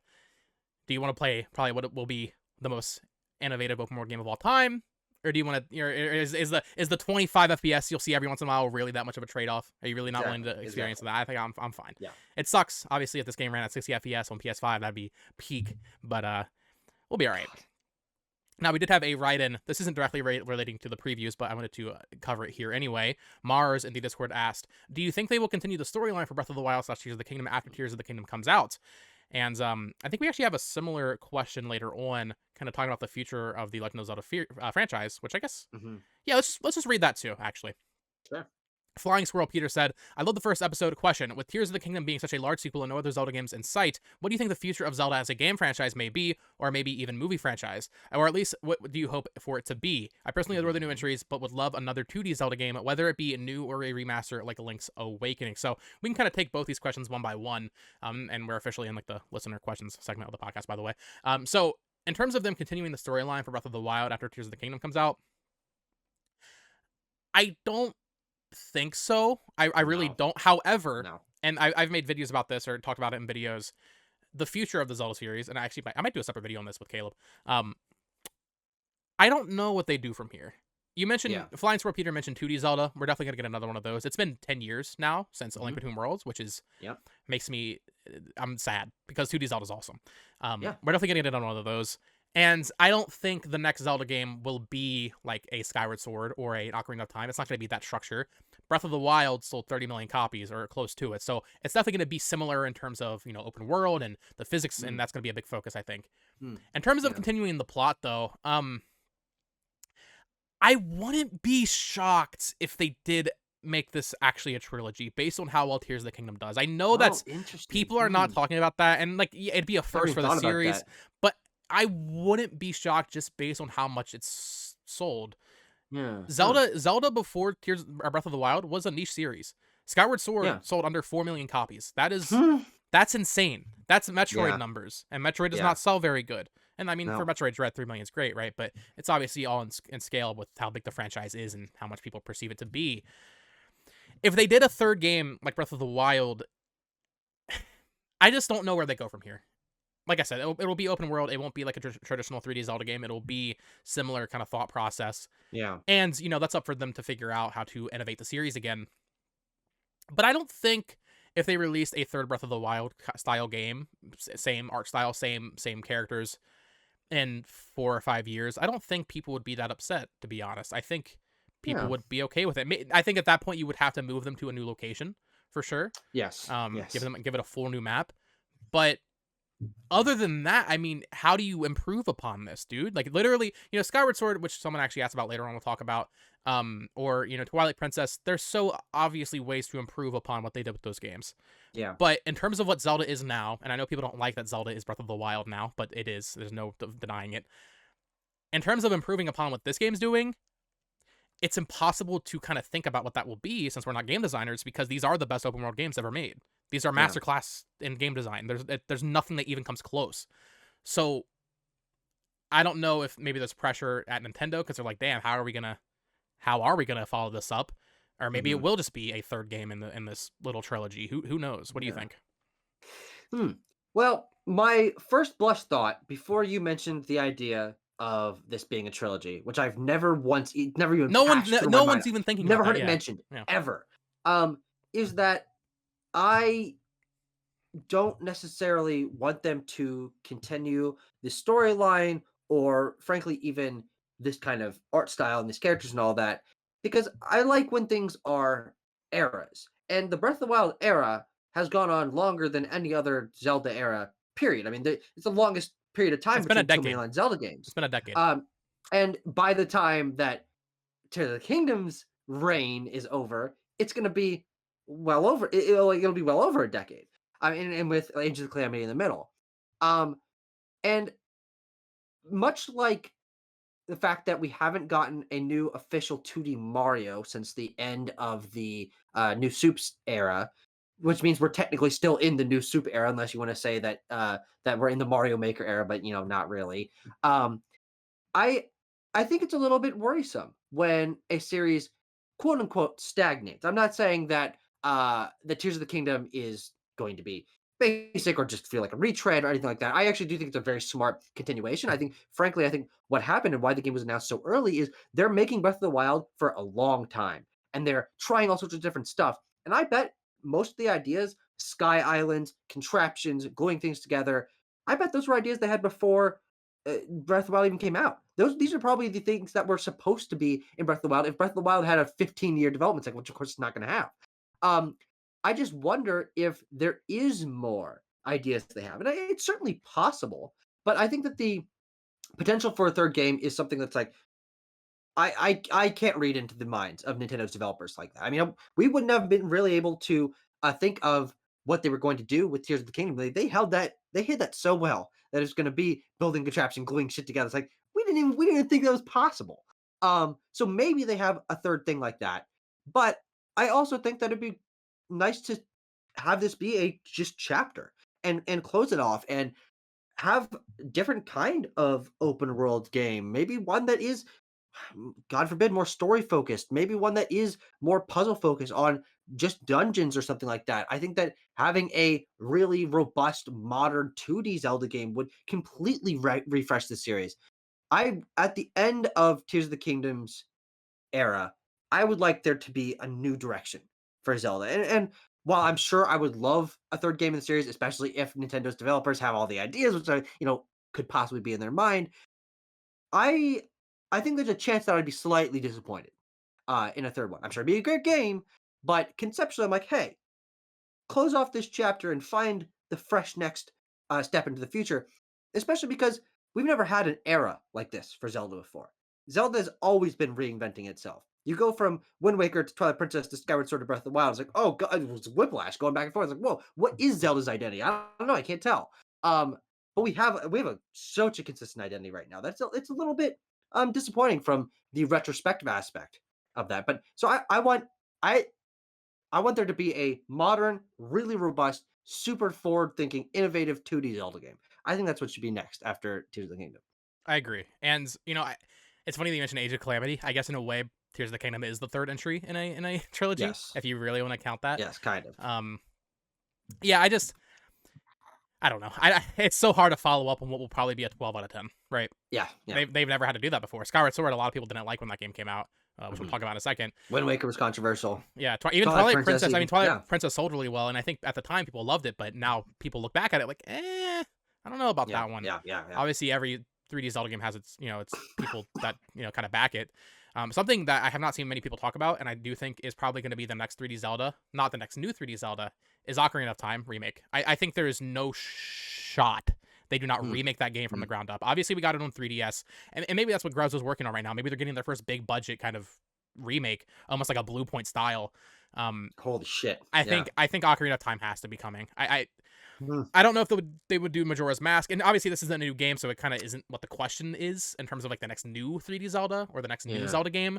But people always say, "Oh, Wind Waker HD and Twilight Princess HD coming to Switch." That's definitely not happening at this point. Maybe I think they'll just wait until the next console at this point, though, and then at that point you have to look back further and more remakes. Obviously, we'll get Oracle remakes at some point, probably, right? We'll probably get maybe like a Zelda 2 remake. That'd be cute.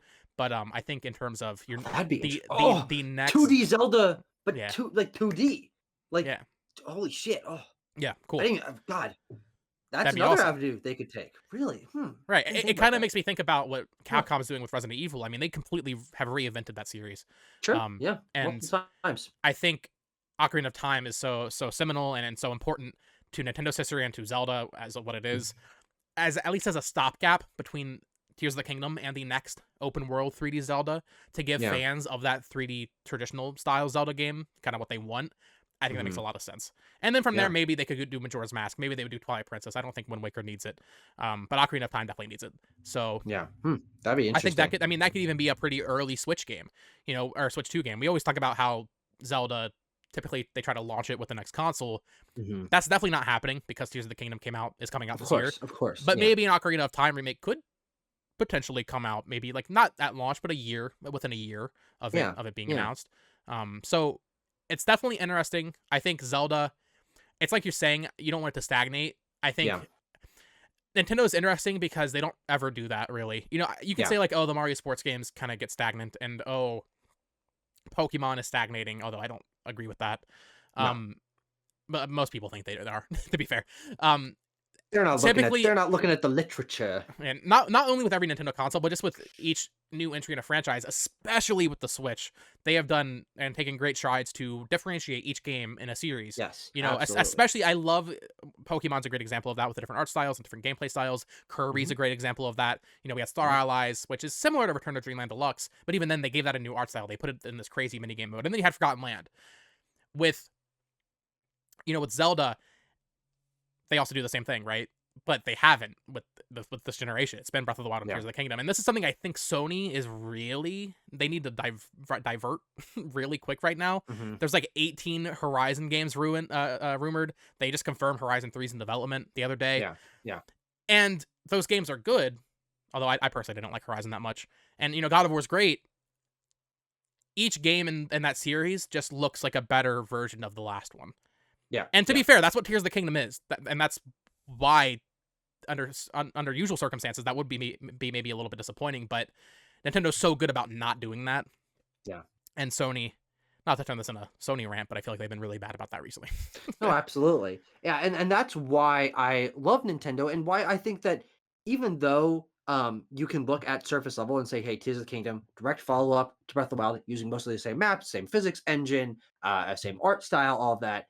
And you can draw that one-to-one comparison with a lot of Sony's properties that are mostly building off a similar structure. They're just getting better graphically, adding a couple different gameplay mechanics, but largely staying the same, especially transitioning from PS4 to PS5, in which we've gotten one new Sony property, and it was Returnal, and it didn't sell well. Hey, Returnal's great. I will defend that game to the day I die. But they said that they're not going to continue that because it didn't sell well. Yeah. They were disappointed in it.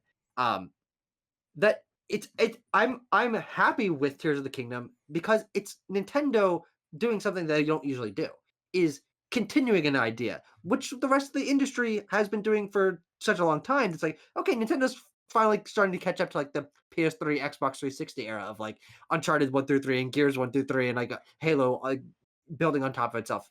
But I don't want them to stay like this forever. And I think that having a couple examples of that would be fun. You know, we've got a couple asset reusing sequels and something like Galaxy 2, and now Tears of the Kingdom. But that's it's so infrequent with Nintendo that it's actually like it's kind of fun when it happens. Like, oh really? I can't wait to see how they differentiate this. Right. And Tears of the Kingdom certainly sells itself on that. I mean, the amount of stuff that we haven't had hands-on experience with ourselves, but the amount of stuff that like they're just adding to this game and making sure that like it does feel different from an interactive point of view makes it a substantially different experience, way more so than your average asset reusing sequel to a game. Yeah, that's a great point too with how infrequently they reuse assets. It makes it more special when they do that because outside of like you said Galaxy 2 and Majora's Mask and Tears of the Kingdom, they don't do that. Even something like Xenoblade on Switch, all Yeah. three of those games have a different art style. Mhm. There's slight differences, but they do have a different art style. So usually if Nintendo is doing a direct follow-up that reuses assets heavily and mechanics, There's a good reason. you know they cooked something back in the background while they were developing the main game. You know they had some crazy idea, and in the case of same thing Galaxy, with Galaxy 2, 2. it's Yoshi. Exactly. Yeah. Yeah. So I'm not.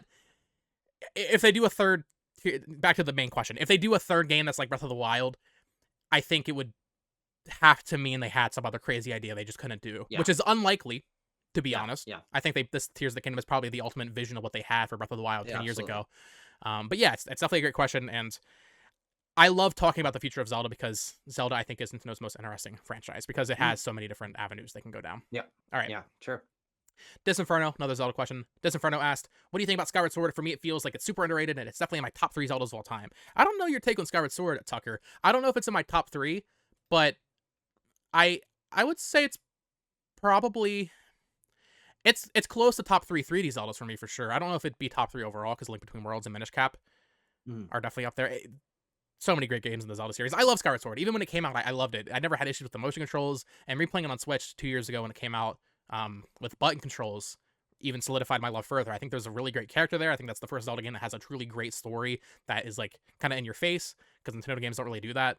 Not that Yeah. like Ocarina of Time and Majora's Mask will have great stories, they do, but it's not as direct, you know. You're not learning about these characters as in depth as, you know, Link and Zelda and Demise and Groose in Skyward Sword.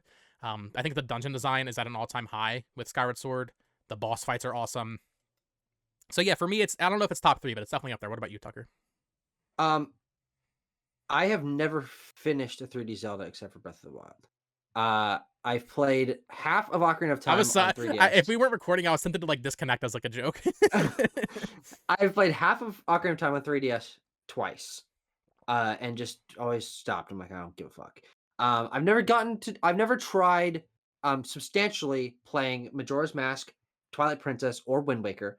Though I have access to all of them, I'm I'm waiting for the Switch port of Twilight Princess and Wind Waker. I've got Wind Waker on Wii U. I've got Twilight Princess on my Wii, but Zelda dungeon structured Zelda never really appealed to me because Breath of the Wild was my first experience with Zelda. And I'm like, oh, there's not much to do in the overworld. Why bother? And that's a really reductive take. And frankly, I do think that if I really got into Wind Waker, which I have played some of and did like what I played, I would care a lot more. But Skyward Sword, I have not finished. And who the hell knows if I will finish? I mean, when I played that game, it was like 2 years ago at this point. But I really liked what I played. I had no problems with the motion controls. I was playing on Switch. I used only motion controls. I thought they were fantastic. The art style is my favorite Zelda art style. I really loved the characters and the world that's built and flying around in the clouds and visiting the other islands and diving down to visit the other areas made it feel so seamless. I really, really liked what I played of Skyward Sword. But I don't have a full view of it, and frankly, I don't think about it very much because I never saw it to the end. I probably got 3/5 of the way through the game.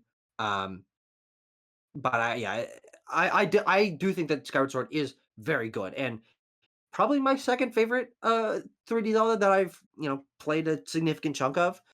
So yeah, I'm a Skyward Sword fan. Okay. So basically, what I'm learning throughout this podcast, and I knew this about you to be fair before, Yeah, but yeah. people in the comments throughout the Oh, history of this podcast, let's say this goes on for a year, 2 years, 5 years, maybe it'll be super yeah. successful. Who knows?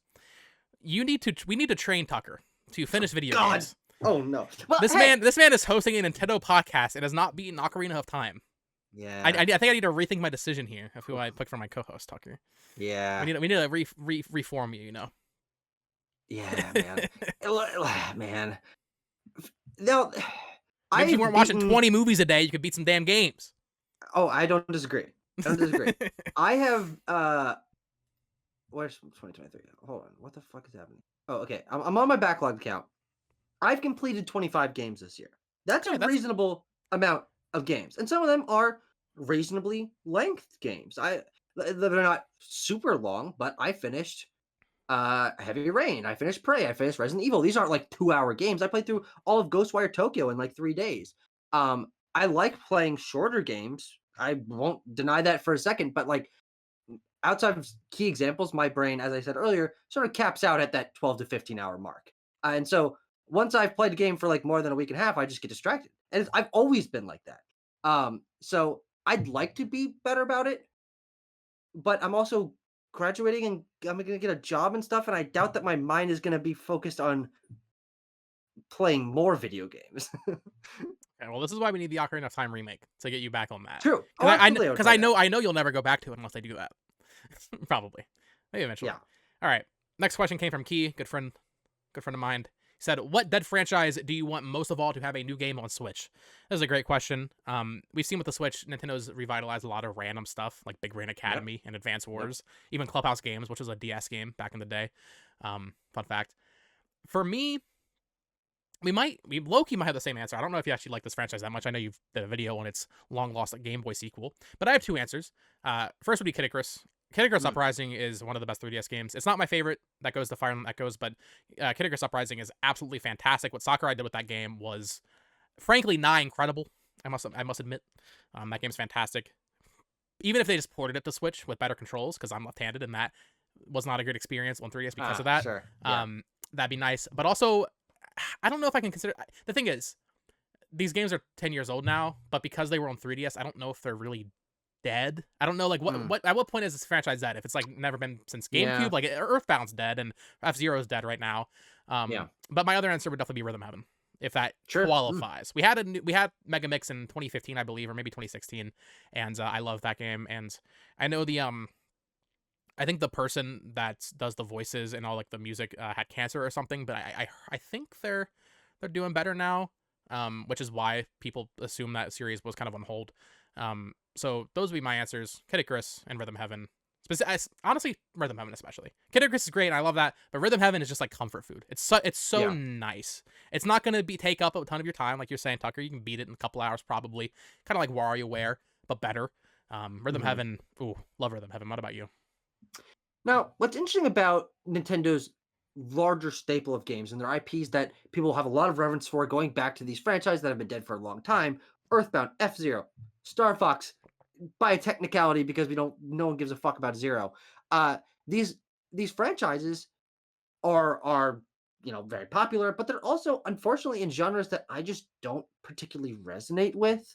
I've only played a little bit of each of these franchises, and it's just because racing games, unreal shooters, JRPGs, unfortunately, like these genres just don't really appeal to me. So I don't have the reverence for like, oh my god, I can't wait to see a new one. That being said, I'd love to see a new stab at all of these franchises. What would a modern Nintendo, full budget F-Zero game or Star Fox game look like?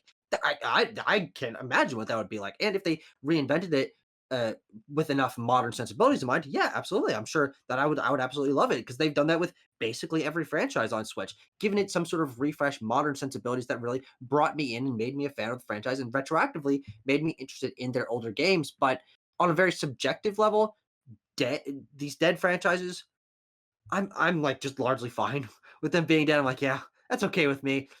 I'm not the biggest Kid Icarus Uprising fan. We talked about that in our Kid Icarus video about Kid Icarus of Missing Monsters and Uprising. I played the whole game and I was like, "Oh, yeah, that's just, Unreal shooter doesn't really do much for me." But by technicality, I've got two answers. Number one, meme answer, because of course it's not actually dead. The first entry of this series came out on the system, but Arms. I I'd like agree. to see a Dude, sequel to Arms. Arms. Oh, dude, yes, please. I love Please. Arms so much, and there's so much potential for that series to be revitalized and be given so much more attention and care. But I think the real answer, because this franchise has been dead except for a remake for a decade now, is 2D Mario. We haven't gotten a 2D Mario game in a decade. And I'm not the biggest 2D Mario fan. I like the game, what I play of the games, but 2D platforming is, just hit or miss for me. I'm like, I don't love it too much. But again, modern Nintendo, Switch era Nintendo, willing to revitalize and refresh their series with a different approach, a new art style that's not fucking new soup. 2D Mario is like one of my most excited games. That has to be in the works, but also we've been saying that for a decade now. So those are my two answers. They're not, I think, conventional answers. I'm not saying that I want, fucking Endless Ocean back. But Arms and 2D Mario are certainly the ones that I want to see be given another shot on the Switch or Switch successor. I definitely agree about Arms. I didn't even consider that because it's so recent in my mind, but that was 6 years ago, and they put Min Min in Smash for a reason. They did. I feel They I'll did. say that. God. I do think Arms is not dead. I do think they'll do Mhm. something with that, especially because we haven't got Mario Kart 9. It's the same team. What the hell Yeah. they've been doing? I know they did not spend 6 years on DLC. God no. Really, well, I guess they made Arms in that time. I was gonna say 10 years on DLC because Mario Kart 8 came out in 2014. Jeez. Jesus Christ. Jeez. All right, Mr. Unstoppable Heart said, "This is my roommate actually." He said, do you think Pokemon mainline games will continue being made, or will they move to a free-to-play model? I think if you asked me this question half a decade ago, my answer would have been at least a little bit different because of how...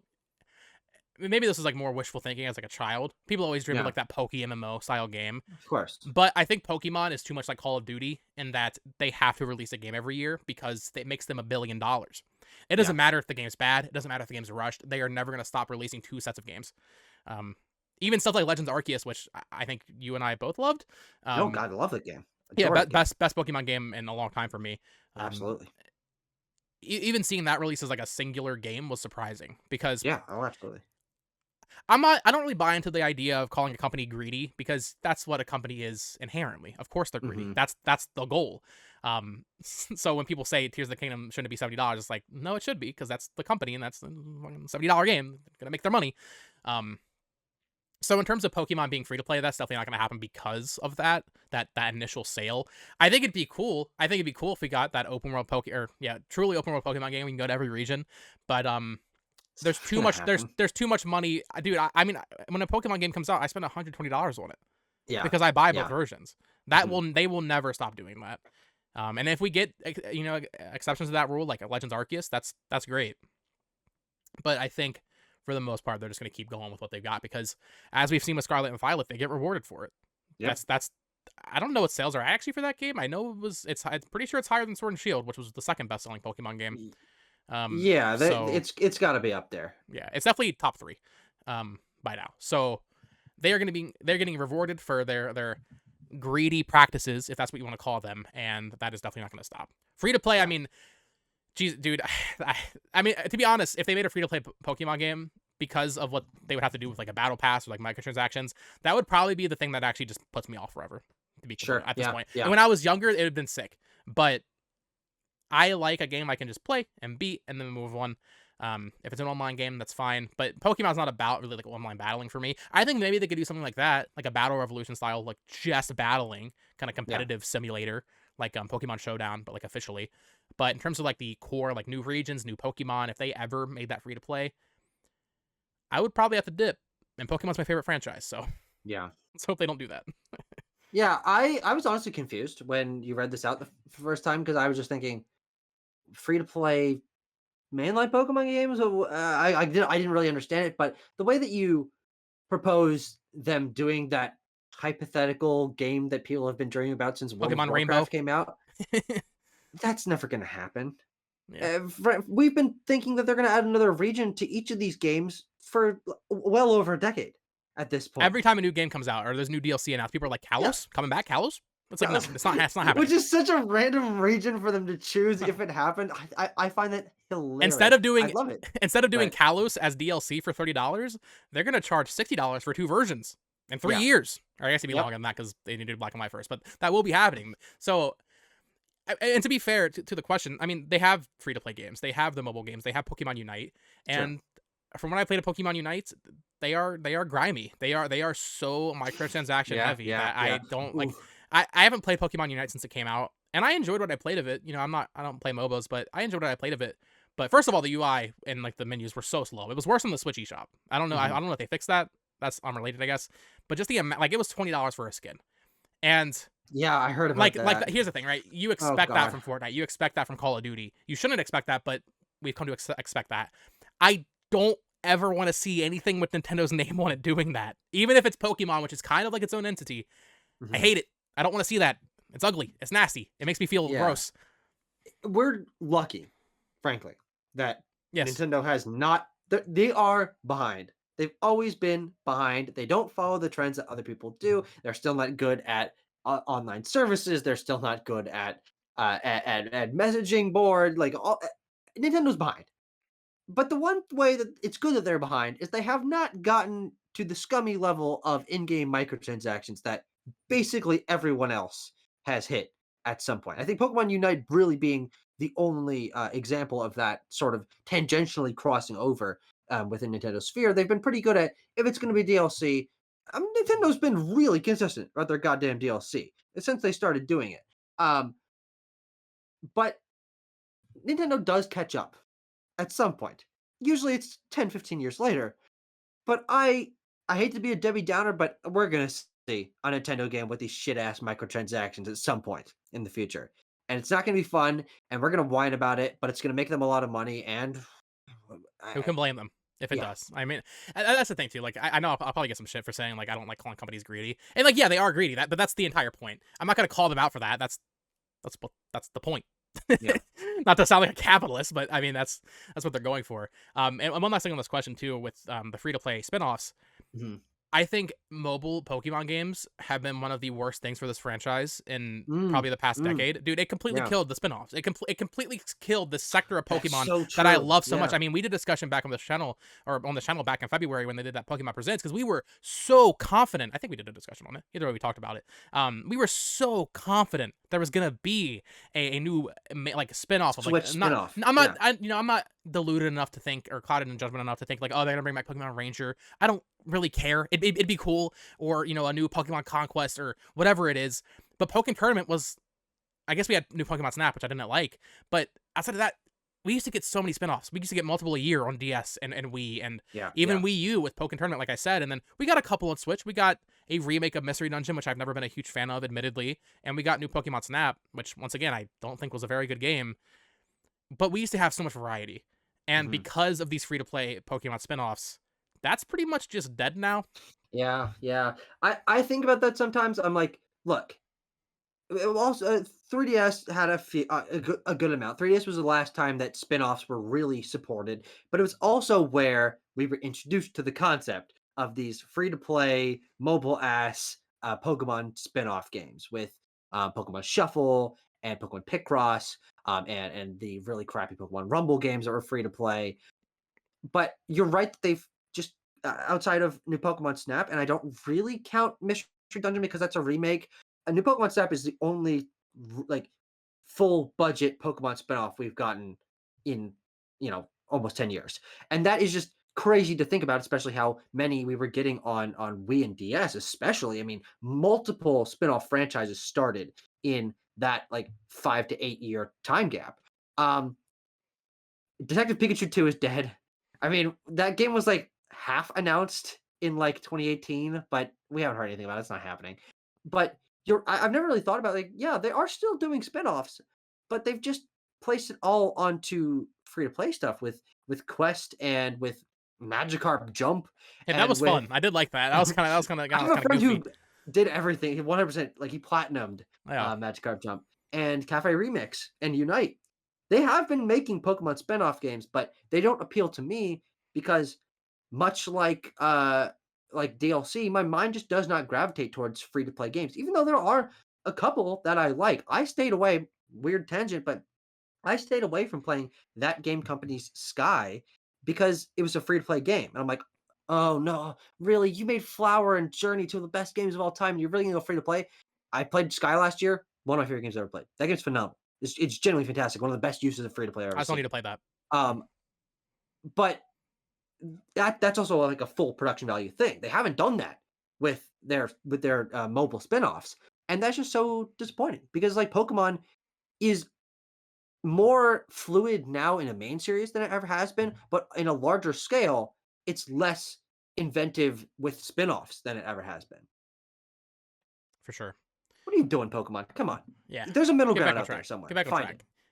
You didn't even mention Pokemon Masters, which is I think their main mobile game at this Oh, that's point. right. Yeah. Pokemon Well, Master that's not on 6. Switch. That's why I didn't like Oh, click in sure. my Yeah, head yeah. because It's on every Switch. other game is Yeah, cross-platform yeah. that I mentioned. Which, Yeah. yeah, actually, I'm a couple. I'm surprised they never brought that over because that's what I think of when I think of a mobile game. I think of something like that. It's like a Fire Yeah, Emblem true. Heroes where you like summon your little gotcha boys and Mhm. girls and They whatever. keep updating that game. Masters EX has been going on forever, Every dude. Pokemon Presents, they just like here's the eight-year anniversary special.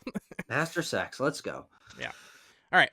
This is a fun question from Bandit in the Discord. Based on the name of the podcast, of course, Nintendo Select Podcast, it'd be cool to make a list of what you think a Nintendo Select's line for Switch would be. They don't just make it the most bought games. It's an interesting thing they do. So yeah, with Platinum Hits and all that, they on like on 360 and the greatest hits on PS3 and all that, it would typically be games that basically went platinum. That was basically the point. They hit 1 million sold copies. With Nintendo Selects on 3DS and Wii U, they kind of just picked games. I Yeah. do think there's probably the prerequisite that it had to be 1 million, realistically, but Mhm. it's not just Yeah, every because game that hit they 1 million. didn't do like the most obscure things re-released. Right, but well, I don't know actually, because now I think about it, there were some weird ones. I know Frozen Olaf's Quest on 3DS got a Nintendo Select, What? which to be honest, I wouldn't be surprised if that game randomly sold 1 million copies. However, Oh, that's but funny. and I guess the same thing could apply here. I think it's Just Dance 2014 is a Nintendo Select on Wii U. So it's not just first party games. There is some third party stuff in there. Sure. So I didn't prep for this at all. I thought it'd be kind of fun to talk about if they were to Yeah. do a Nintendo Selects line, which they're definitely not going to do. But if they No, were it's to way too late for that. do one on Switch, what games would be in there? Because I think there's definitely. Mm. I mean, the Switch's library is so freaking good. And Mhm. first of all, okay, there's a couple things here. They will not Yeah. be $20. I think they'd probably be No. $40. I think Yeah, your yeah. best bet would be $40 because even And Wii hey, U they did 30. with 40, we'd still be pretty happy with that, to be 100% honest. I mean, these games, when they go on sale, you're lucky to get 40. So that would just be like a default. That's kind of nice. But I really think this is interesting because I think Nintendo's like focus on what can be presented as Nintendo. I've always seen Nintendo Selects as like the bargain bin versions of these games. I only accidentally own like 2 of them. I think I have Pikmin 3 and 3D World maybe. But I think that they would, strangely enough, I think they would maybe avoid their biggest games. I think this would really just be a way for them to boost their like B tier sales games to get some more sales because they're only going to be $40. So my mind immediately goes that they're not going to do Odyssey, they're not going to do Breath of the Wild, no Xenoblade games, no New Horizons, no Smash Ultimate, no Mario Kart 8. Well, actually, Mario Kart 8 might be somewhat different because it's like Same thing with New Horizons. it's a It weird amount. might fit in there, yeah. Yeah, but Yoshi's Crafted World, like automatically, like Right. obviously that, like you can picture that in your mind with a Nintendo Select's ugly ass banner marring the really great box art. I love the Crafted World box art. I think all the ports are up for grabs. Like Donkey those Kong. immediately going, yeah, and, Yeah. those all. Oh, actually, I have Tropical Freeze. I don't have 3D World. I have Tropical Freeze. And Nintendo Selects. Um, Metroid Dread, maybe get it together. That's a good pull. The Mario Party games, I think those would be perfect. But for some reason my mind just thinks that unless it's like a spinoff, like a Mario sports game, I think those are like another thing that are like perfect for this. I don't think they would go for their biggest selling titles because I think they want those to be seen as more prestige. And I do think that putting the Nintendo Selects brand on their most prestige titles does knock them down a little bit. Yeah, and I think I mean you can look at the Wii and Wii U's library if you are into collecting, you'll know this. Any game that got a select variant is just not worth anywhere near as much. There's a couple exceptions, Of like course. Wind Waker HD is pretty expensive now. But as a collector, I get that as a consumer, this absolutely sucks. And this makes me sound like the most fanboy of all fanboys. But Yeah, I yeah. kind of like that first party Nintendo games retain value because it makes me confident that I can buy it for full price and I know it's not going to plummet, to Exactly. $10 like a Sony first party game. Like Horizon Absolutely. Forbidden West is already $20. Like Yeah. that's too soon in my opinion. So I kind of like that they maintain their value. I will say, I don't entirely agree that they would avoid all their prestigious titles. Okay. I Are don't there any that you think would or wouldn't for specific so reasons? so I think they would want to do it in a way that promotes something that is also available on Switch. So for example, Ah, I think Three Houses would be up for grabs because they want sure. you to Oh, buy it for perfect. Yeah. cheap and then get Engage. Or Mhm. even maybe Xenoblade Chronicles 2. Although Mm, mm, they're the kind of other side of that is with Nintendo Selects, it's usually really family friendly games. So I don't mhm. know, that's not Xenoblade and Fire Emblem, those don't appeal to everybody. So you're right, the Mario sports games are obvious picks, all of Yeah. them. Same with Mario Party, Super Mario Mhm. Party and Mario Party Superstars. Um, Wario is a great pick. Like you said, any of the ports, maybe it wouldn't all be $40. Maybe they could have some lower ones because Captain Toad released at $40 in the US. Sure. So that maybe they could do like 20 or 30 for that would be cool. Yeah, and Um, Get It Together launched at 50, which is that's so fucking weird. yeah, I don't know why they did that. Why is that game $50? Remember, I don't know if you remember this. That before E3 that year, that was 2021. They released An a email. poll or yeah, an Yeah, email like questionnaire thing asking if you yeah, would pay $50 for a new I WarioWare got game. that. And then 2 weeks later, they announced the game for That's $50. so That is the funny. funniest thing they've ever done. But yeah, I mean, I think in terms of like your mainline Pokemon, never. Your Mhm. maybe something like 3D World plus Bowser's Fury could Yeah, be yeah, well, that's support. in there. Well, but Yeah. yeah, Bowser's Fury. I'm just trying to look at my shelf. I'm trying to think. Mario Maker 2, Yeah, that's a good one. Yeah, Mario Maker 2. Kirby Star Allies, Sure. definitely. Nintendo Switch Sports would definitely Oh yeah, get one. that would definitely get one. Yeah. Yeah. Even if they wanted to do like a big box, they could do like Ring Fit Adventure because that game did so well. I Sure. don't think they would want to push people towards Splatoon 2, but that also kind of goes in my thinking of like an older game because No, that game's yeah, dead. there's no Um, reason for them to promote that game. New Horizons, I think, is probably a lock because that game does go on sale for $40 so often. Mm, It makes sense to just go ahead and same thing with Mario Kart. Those are obviously already over yeah. to that extent. And maybe with that thinking, maybe they could do Breath of the Wild because it's already sold probably what it's going to sell for the most part. Mhm. And just kind of renew interest in it, get people buying it again, in ads and stuff. Although the thing with the Switch is, and what's really interesting is, and we're talking about like, oh, this year looks empty because there's nothing announced for the second half. I feel like this has not happened with any other Nintendo console, at least not, I guess maybe on the Wii, but Mhm. it doesn't matter what year a game came out. They're all still in stock. They're all, if you go to Walmart, you can still buy Mario Tennis Aces. At least my Of Walmart. course. Oh, So absolutely you so can. Yeah, like yeah, every yeah, store. so it's really interesting because like usually after 2 years those games are gone, but Mhm. in ads like especially like in March because it's Mario month and the movie came out. I guess it came out in April. You're seeing ads for Odyssey for $40 and Mario Tennis Yes. Aces for $40 and Donkey Kong Country Tropical Freeze. These are years old at this point, and they're Mhm. still promoting them. So it kind of feels like Nintendo has quietly done a Nintendo Selects line with Sure. like those Mario deals because they Yeah. only put the same games on sale. Like Link's Awakening remake, that's actually a good choice as well. That goes Yeah, on sale yeah. pretty often and still pops up in ads even though it's been years. As much as a Nintendo Selects line, I would love to see Arms in there and Astral Chain would be a great pick. Oh, sure. I don't think those are the kind of games that make sense in terms of like reaching a bigger audience because of that. In Mhm. fact, I could see a parent being upset if they bought Astral Chain. They see Nintendo Select, they're like, "Oh, this game's gonna be great for my little kid," and then they buy it, and they're like, "Oh, I guess that game's rated T, so that's on you for buying that for your kid." But Mhm. yeah, I think they kind of already have it. They just don't call it that. Yeah, I never even really thought about the fact that Nintendo Selects were used to not only sell more copies because they were cheaper, but be the reprint for a lot of their games in these generations. And yeah, Nintendo just has not stopped printing like any game that they made on the Switch. They're all available, and that's like I can't even think of that for almost any other system. Like that is something that no one's. I've never heard anyone mention that. But these games are very accessible.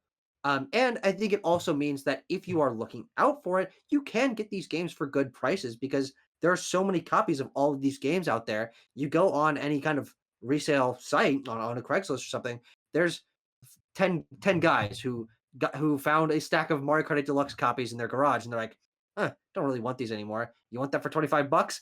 It's just because there's so many copies of all these goddamn games out there, and I really do give props to Nintendo for that because like, yeah, I mean they easily could have made, I don't know, Metroid Dread like not enough copies, but you can still buy a copy of Metroid Dread new if you want to. I really do respect that. Yeah, there's definitely some examples. I think Astral Chain, I think, is actually probably out of print at this point. I think Mhm. Xenoblade 2 is a little bit more expensive. Of Arms, course. I don't think you probably can't buy Arms in a store anymore. Yeah, no, I'd that's true. imagine, That's true. You're right. but There are you can buy 1-2 Switch in a store still. I still see oh, that. absolutely. Yeah. Yeah, yeah. So it's a great question. I obviously they're not doing it at this point, and I kind of like where my mind kind of went to. It feels like they already have it. They Yeah, just yeah. don't classify it as such. All right, final question. This podcast is 2 hours long, Tucker, which is perfect Perfect. length in my opinion. Oh yeah.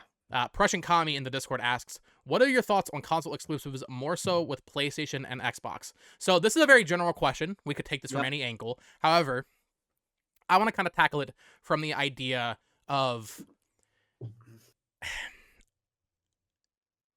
specifically, we're talking about like Activision or Microsoft trying to acquire Activision. I want to Mhm. tackle it from the idea of paying for console exclusives and paying for developers Mhm. and acquiring them and kind of like hostilely taking them over and money Yeah. hatting. Like Final Fantasy 16, Sony paid for that.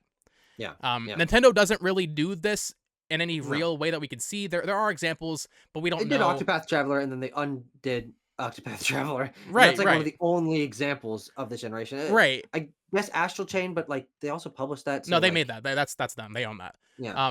Because it's interesting, right? We don't know if Nintendo bought Octopath, right? We don't actually know that. It was announced in Mhm. a Nintendo presentation. It was exclusive for a while, but then it came to other platforms. So I don't Came to everything, know, yeah. except for PlayStation for some reason. Oh, Um, it's still not on PlayStation. That's yeah, funny. Octopath 2 is, and then same That's thing with hilarious. yeah, and then same thing. I think Live Alive actually came out today when we're recording this on PlayStation Really? and Steam. Triangle Strategies on PC as well. So I don't know if that's more Square Enix just choosing the right market for their game, which is obviously Square's the Switch for those weirdest. games. Or yeah, I Square. like Yeah, you, Square. you cannot. We'll be talking about them a lot on this podcast, I'm sure, in the future. But in terms of companies paying to keep something exclusive, like very outright, like Sony with Final Fantasy, or the way Microsoft does it, where they just try to acquire things. Yeah, yeah. Obviously Final Fantasy 16 being exclusive to PS5, that's kind of grubby. I don't like that. Yeah. At the very least, it should be on Steam, which I think it is going to come to Steam later on. But what I cannot stand, and this is something we've seen Microsoft doing a lot recently, is when they acquire something that doesn't feel like it's associated. And they've been Mhm. doing this since before they even started acquiring studios. I think back to 2015 with Rise of the Tomb Raider. Yes, I That was game, about to mention that that one. game's not that you don't associate Tomb Raider with Xbox. I never have. Yeah. I don't really associate it with PlayStation necessarily, but seeing them do that for that kind of game doesn't feel right. Mhm. I think them acquiring Bethesda game softworks, like the people that make Elder Scrolls and Fallout, that fits enough. I'm okay with that. But Yeah. them buying, Tango Gameworks, great example with Evil Within and Ghostwire Tokyo and even Arcane with Deathloop and Prey, like these are games that, at least my entire life, I've always associated with PlayStation. Yeah, yeah. So, and like, when we get the next Doom game in this new line of reboots, I freaking love Doom and Doom Eternal.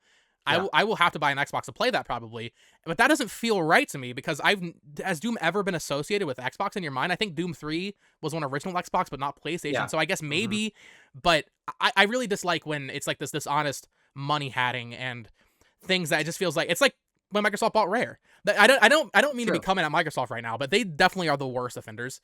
Yeah.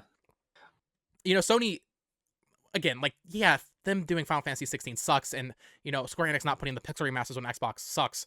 But Final Fantasy is associated with PlayStation, or at Mhm. least since 7, and then before that it was with Nintendo. And yeah, like 15 and 13 were on Xbox, but the people that play Final Fantasy, let's be honest, are on PlayStation. So Yeah, of that's not. course. And to be fair, that's because of this. that this Yeah, definitely doesn't help exactly. that. But Final Fantasy has always been more that feels more organic to me. I'm trying to think of other examples that PlayStation has done recently. This hasn't come out yet, and I think this is a great example Well, they of did do it for, Deathloop and Ghostwire. right, right. Those games would have been exclusive if M Microsoft had not bought Bethesda. I think that's really the reason why those games became multi-platform over time. What I think is interesting about talking about console exclusives, I like console exclusives because I have all the consoles, and that's just like that is something that so it doesn't go past me. I have access to all these games if I want to play them. And for me, culture and identity for a console and their studios and the brands that represent their platform is very important. I love looking at a PlayStation All Stars Battle Royale 2 hypothetical and be like, oh, all these different studios and all these different IPs feel like they're under the umbrella of PlayStation. They share this identity. They're always represented next to one another on the PlayStation Studios logo and put together like the Naughty Dog and Sony Santa Monica make like art of Kratos and Nathan Drake like clasping hands. Like there's an identity there, and of course, same with Nintendo, more stronger so than anyone else because they've built basically every single one of their studios in-house over time. Some exceptions being acquiring Monolith Soft, uh, oh god, what's the Luigi's Mansion team? Next Level. Next They Level, acquired them, next yeah. level, but Next Level basically has only ever made Nintendo games for their entire history, so that kind of makes sense. Retro Studios, another example, they make Nintendo games. But with Microsoft, the reason I am not that upset about them acquiring these studios as it seems like you're like, what the hell is going on here? Is because Microsoft is blatantly the worst at first party games.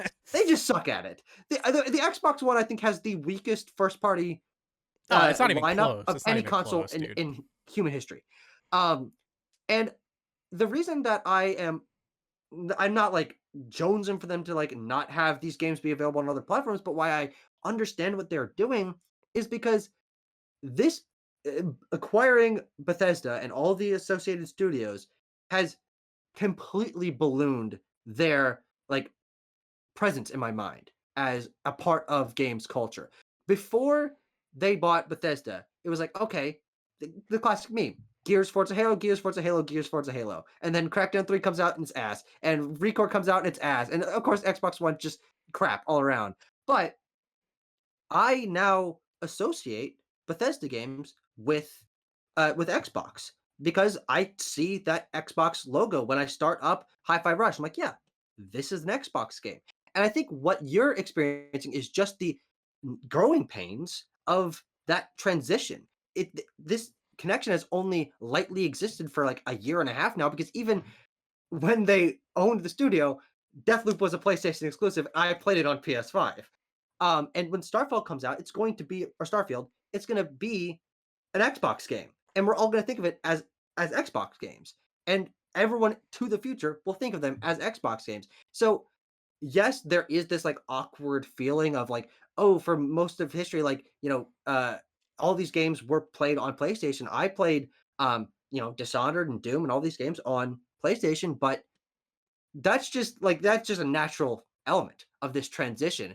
But I think it'll pay off in the end because Bethesda's studios are so much better than all of Xbox's studios. And once Xbox's studios start catching up and releasing things like Fable and Avowed and Everwild and stuff, if these games are really coming out, they will have a really good ground to stand on in terms of an identity. Minecraft, Ori, Cuphead, bringing all the like Doom Guy and Dovahkiin and Vault Boy, like they've got this family now. And it's because they were money grubbing enough to like buy a bunch of stuff. But like as someone who likes the camaraderie and culture and identity of each of these three platforms, it really has paid off for them because I like Xbox now like 3,000 times more than I did 2 years ago. Sure. I definitely get what you're saying.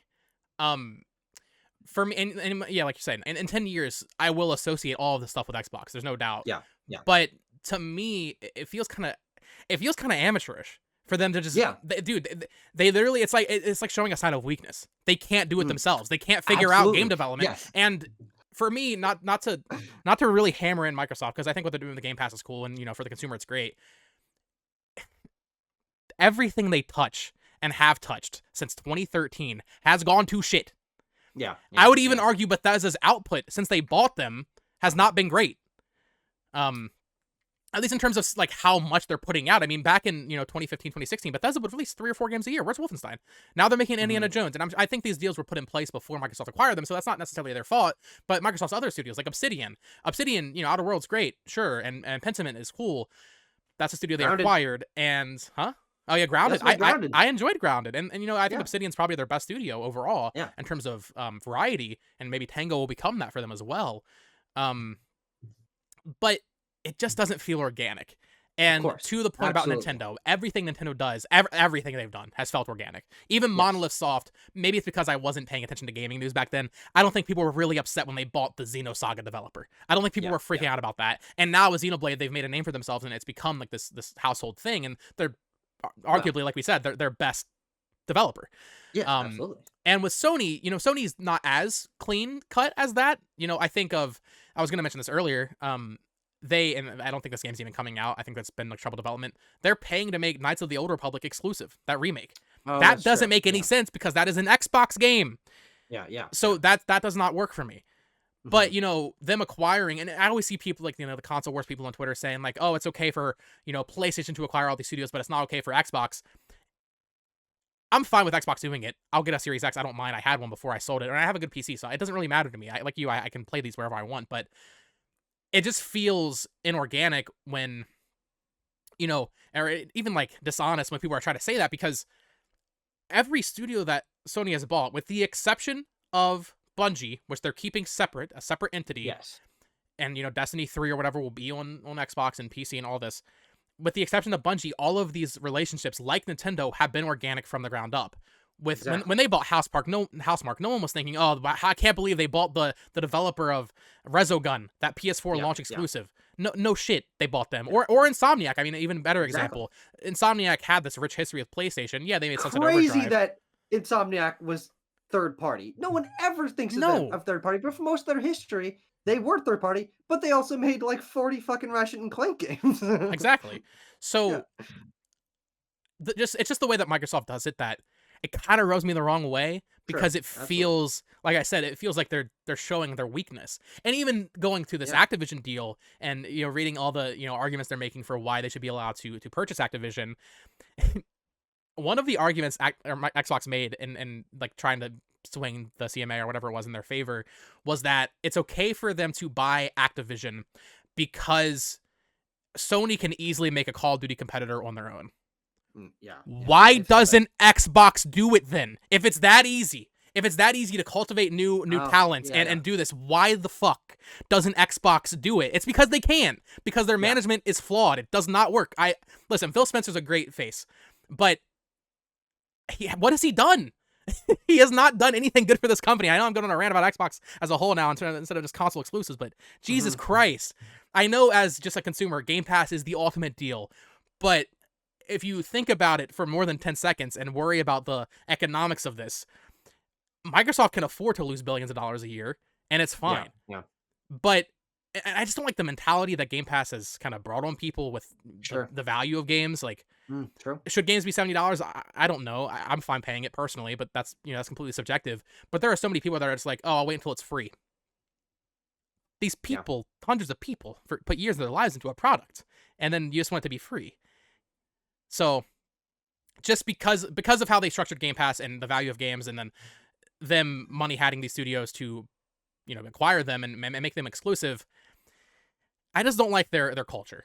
And like you said, in 10 years, I'm sure Vault Boy and these will be the iconic Microsoft characters, right? But right now in the moment, Minecraft Steve is. Sure, That's the crazy thing is they have had things that pay off. I mean, technically, there's only been one like real rare game that people care about, which is Nuts and Bolts for Xbox. But like Banjo is kind of a Microsoft character now, even though old hats will say because Banjo and Banjo-Tooie were on N64. It's like, yeah, no, those are Nintendo characters. Of course, they're in Smash. But like it has paid off for them in some instances. Like Obsidian is easily their best team. They weren't a team under their umbrella for a long time, but now we see them as that. And in Outer Worlds and Grounded and Pentiment are Xbox games, and it gives them so much like intellectual value because there's just so much more variety when they're building this family. But you're right that they have to like smack people on the head with a hammer to get them to join the family. They're like, hey, compulsion. Here's $1 bazillion. Like, make our games. And has Compulsion even released a game? Nah, since Be Happy Since they- Few. Now, Yeah. to Xbox's credit, because I don't want to view them solely negatively, because I do think Xbox has done some good stuff, especially when it comes to acquiring studios. When they first started this spree back in like 2019, they made the right calls. They didn't own Playground Games, the people that make Forza Horizon. That's a perfect purchase. They didn't Absolutely. own the people that make State of Decay. And while State of Decay Yeah. isn't the biggest thing ever, I already associated that with Xbox because it was already Yeah. Yeah. there. I just think this brute forcing their way into having all this talent, it just kind of rubbed me the wrong way. Yeah. No, So I totally understand that. to answer the question, thoughts on console exclusives, I get it. I get it. But I just like when they're more organic. Yeah. Final Fantasy, that already felt like PlayStation to me. That's fine. State of Decay and obviously Forza and all that makes sense for Xbox. And I would even go as far as to say as Elder Scrolls and all that would make sense on Xbox. And Starfield will be probably their biggest new IP for the next 10 years.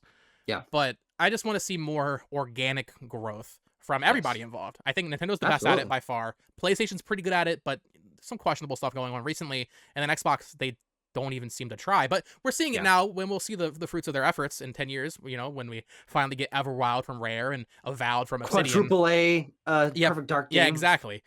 I just question their business decisions sometimes, for sure. Totally fair. All right, well, Tucker, that is going to do it for the first ever episode of the Nintendo Select podcast. Pat on the back. I think we did a pretty good job here. Yeah, we did okay.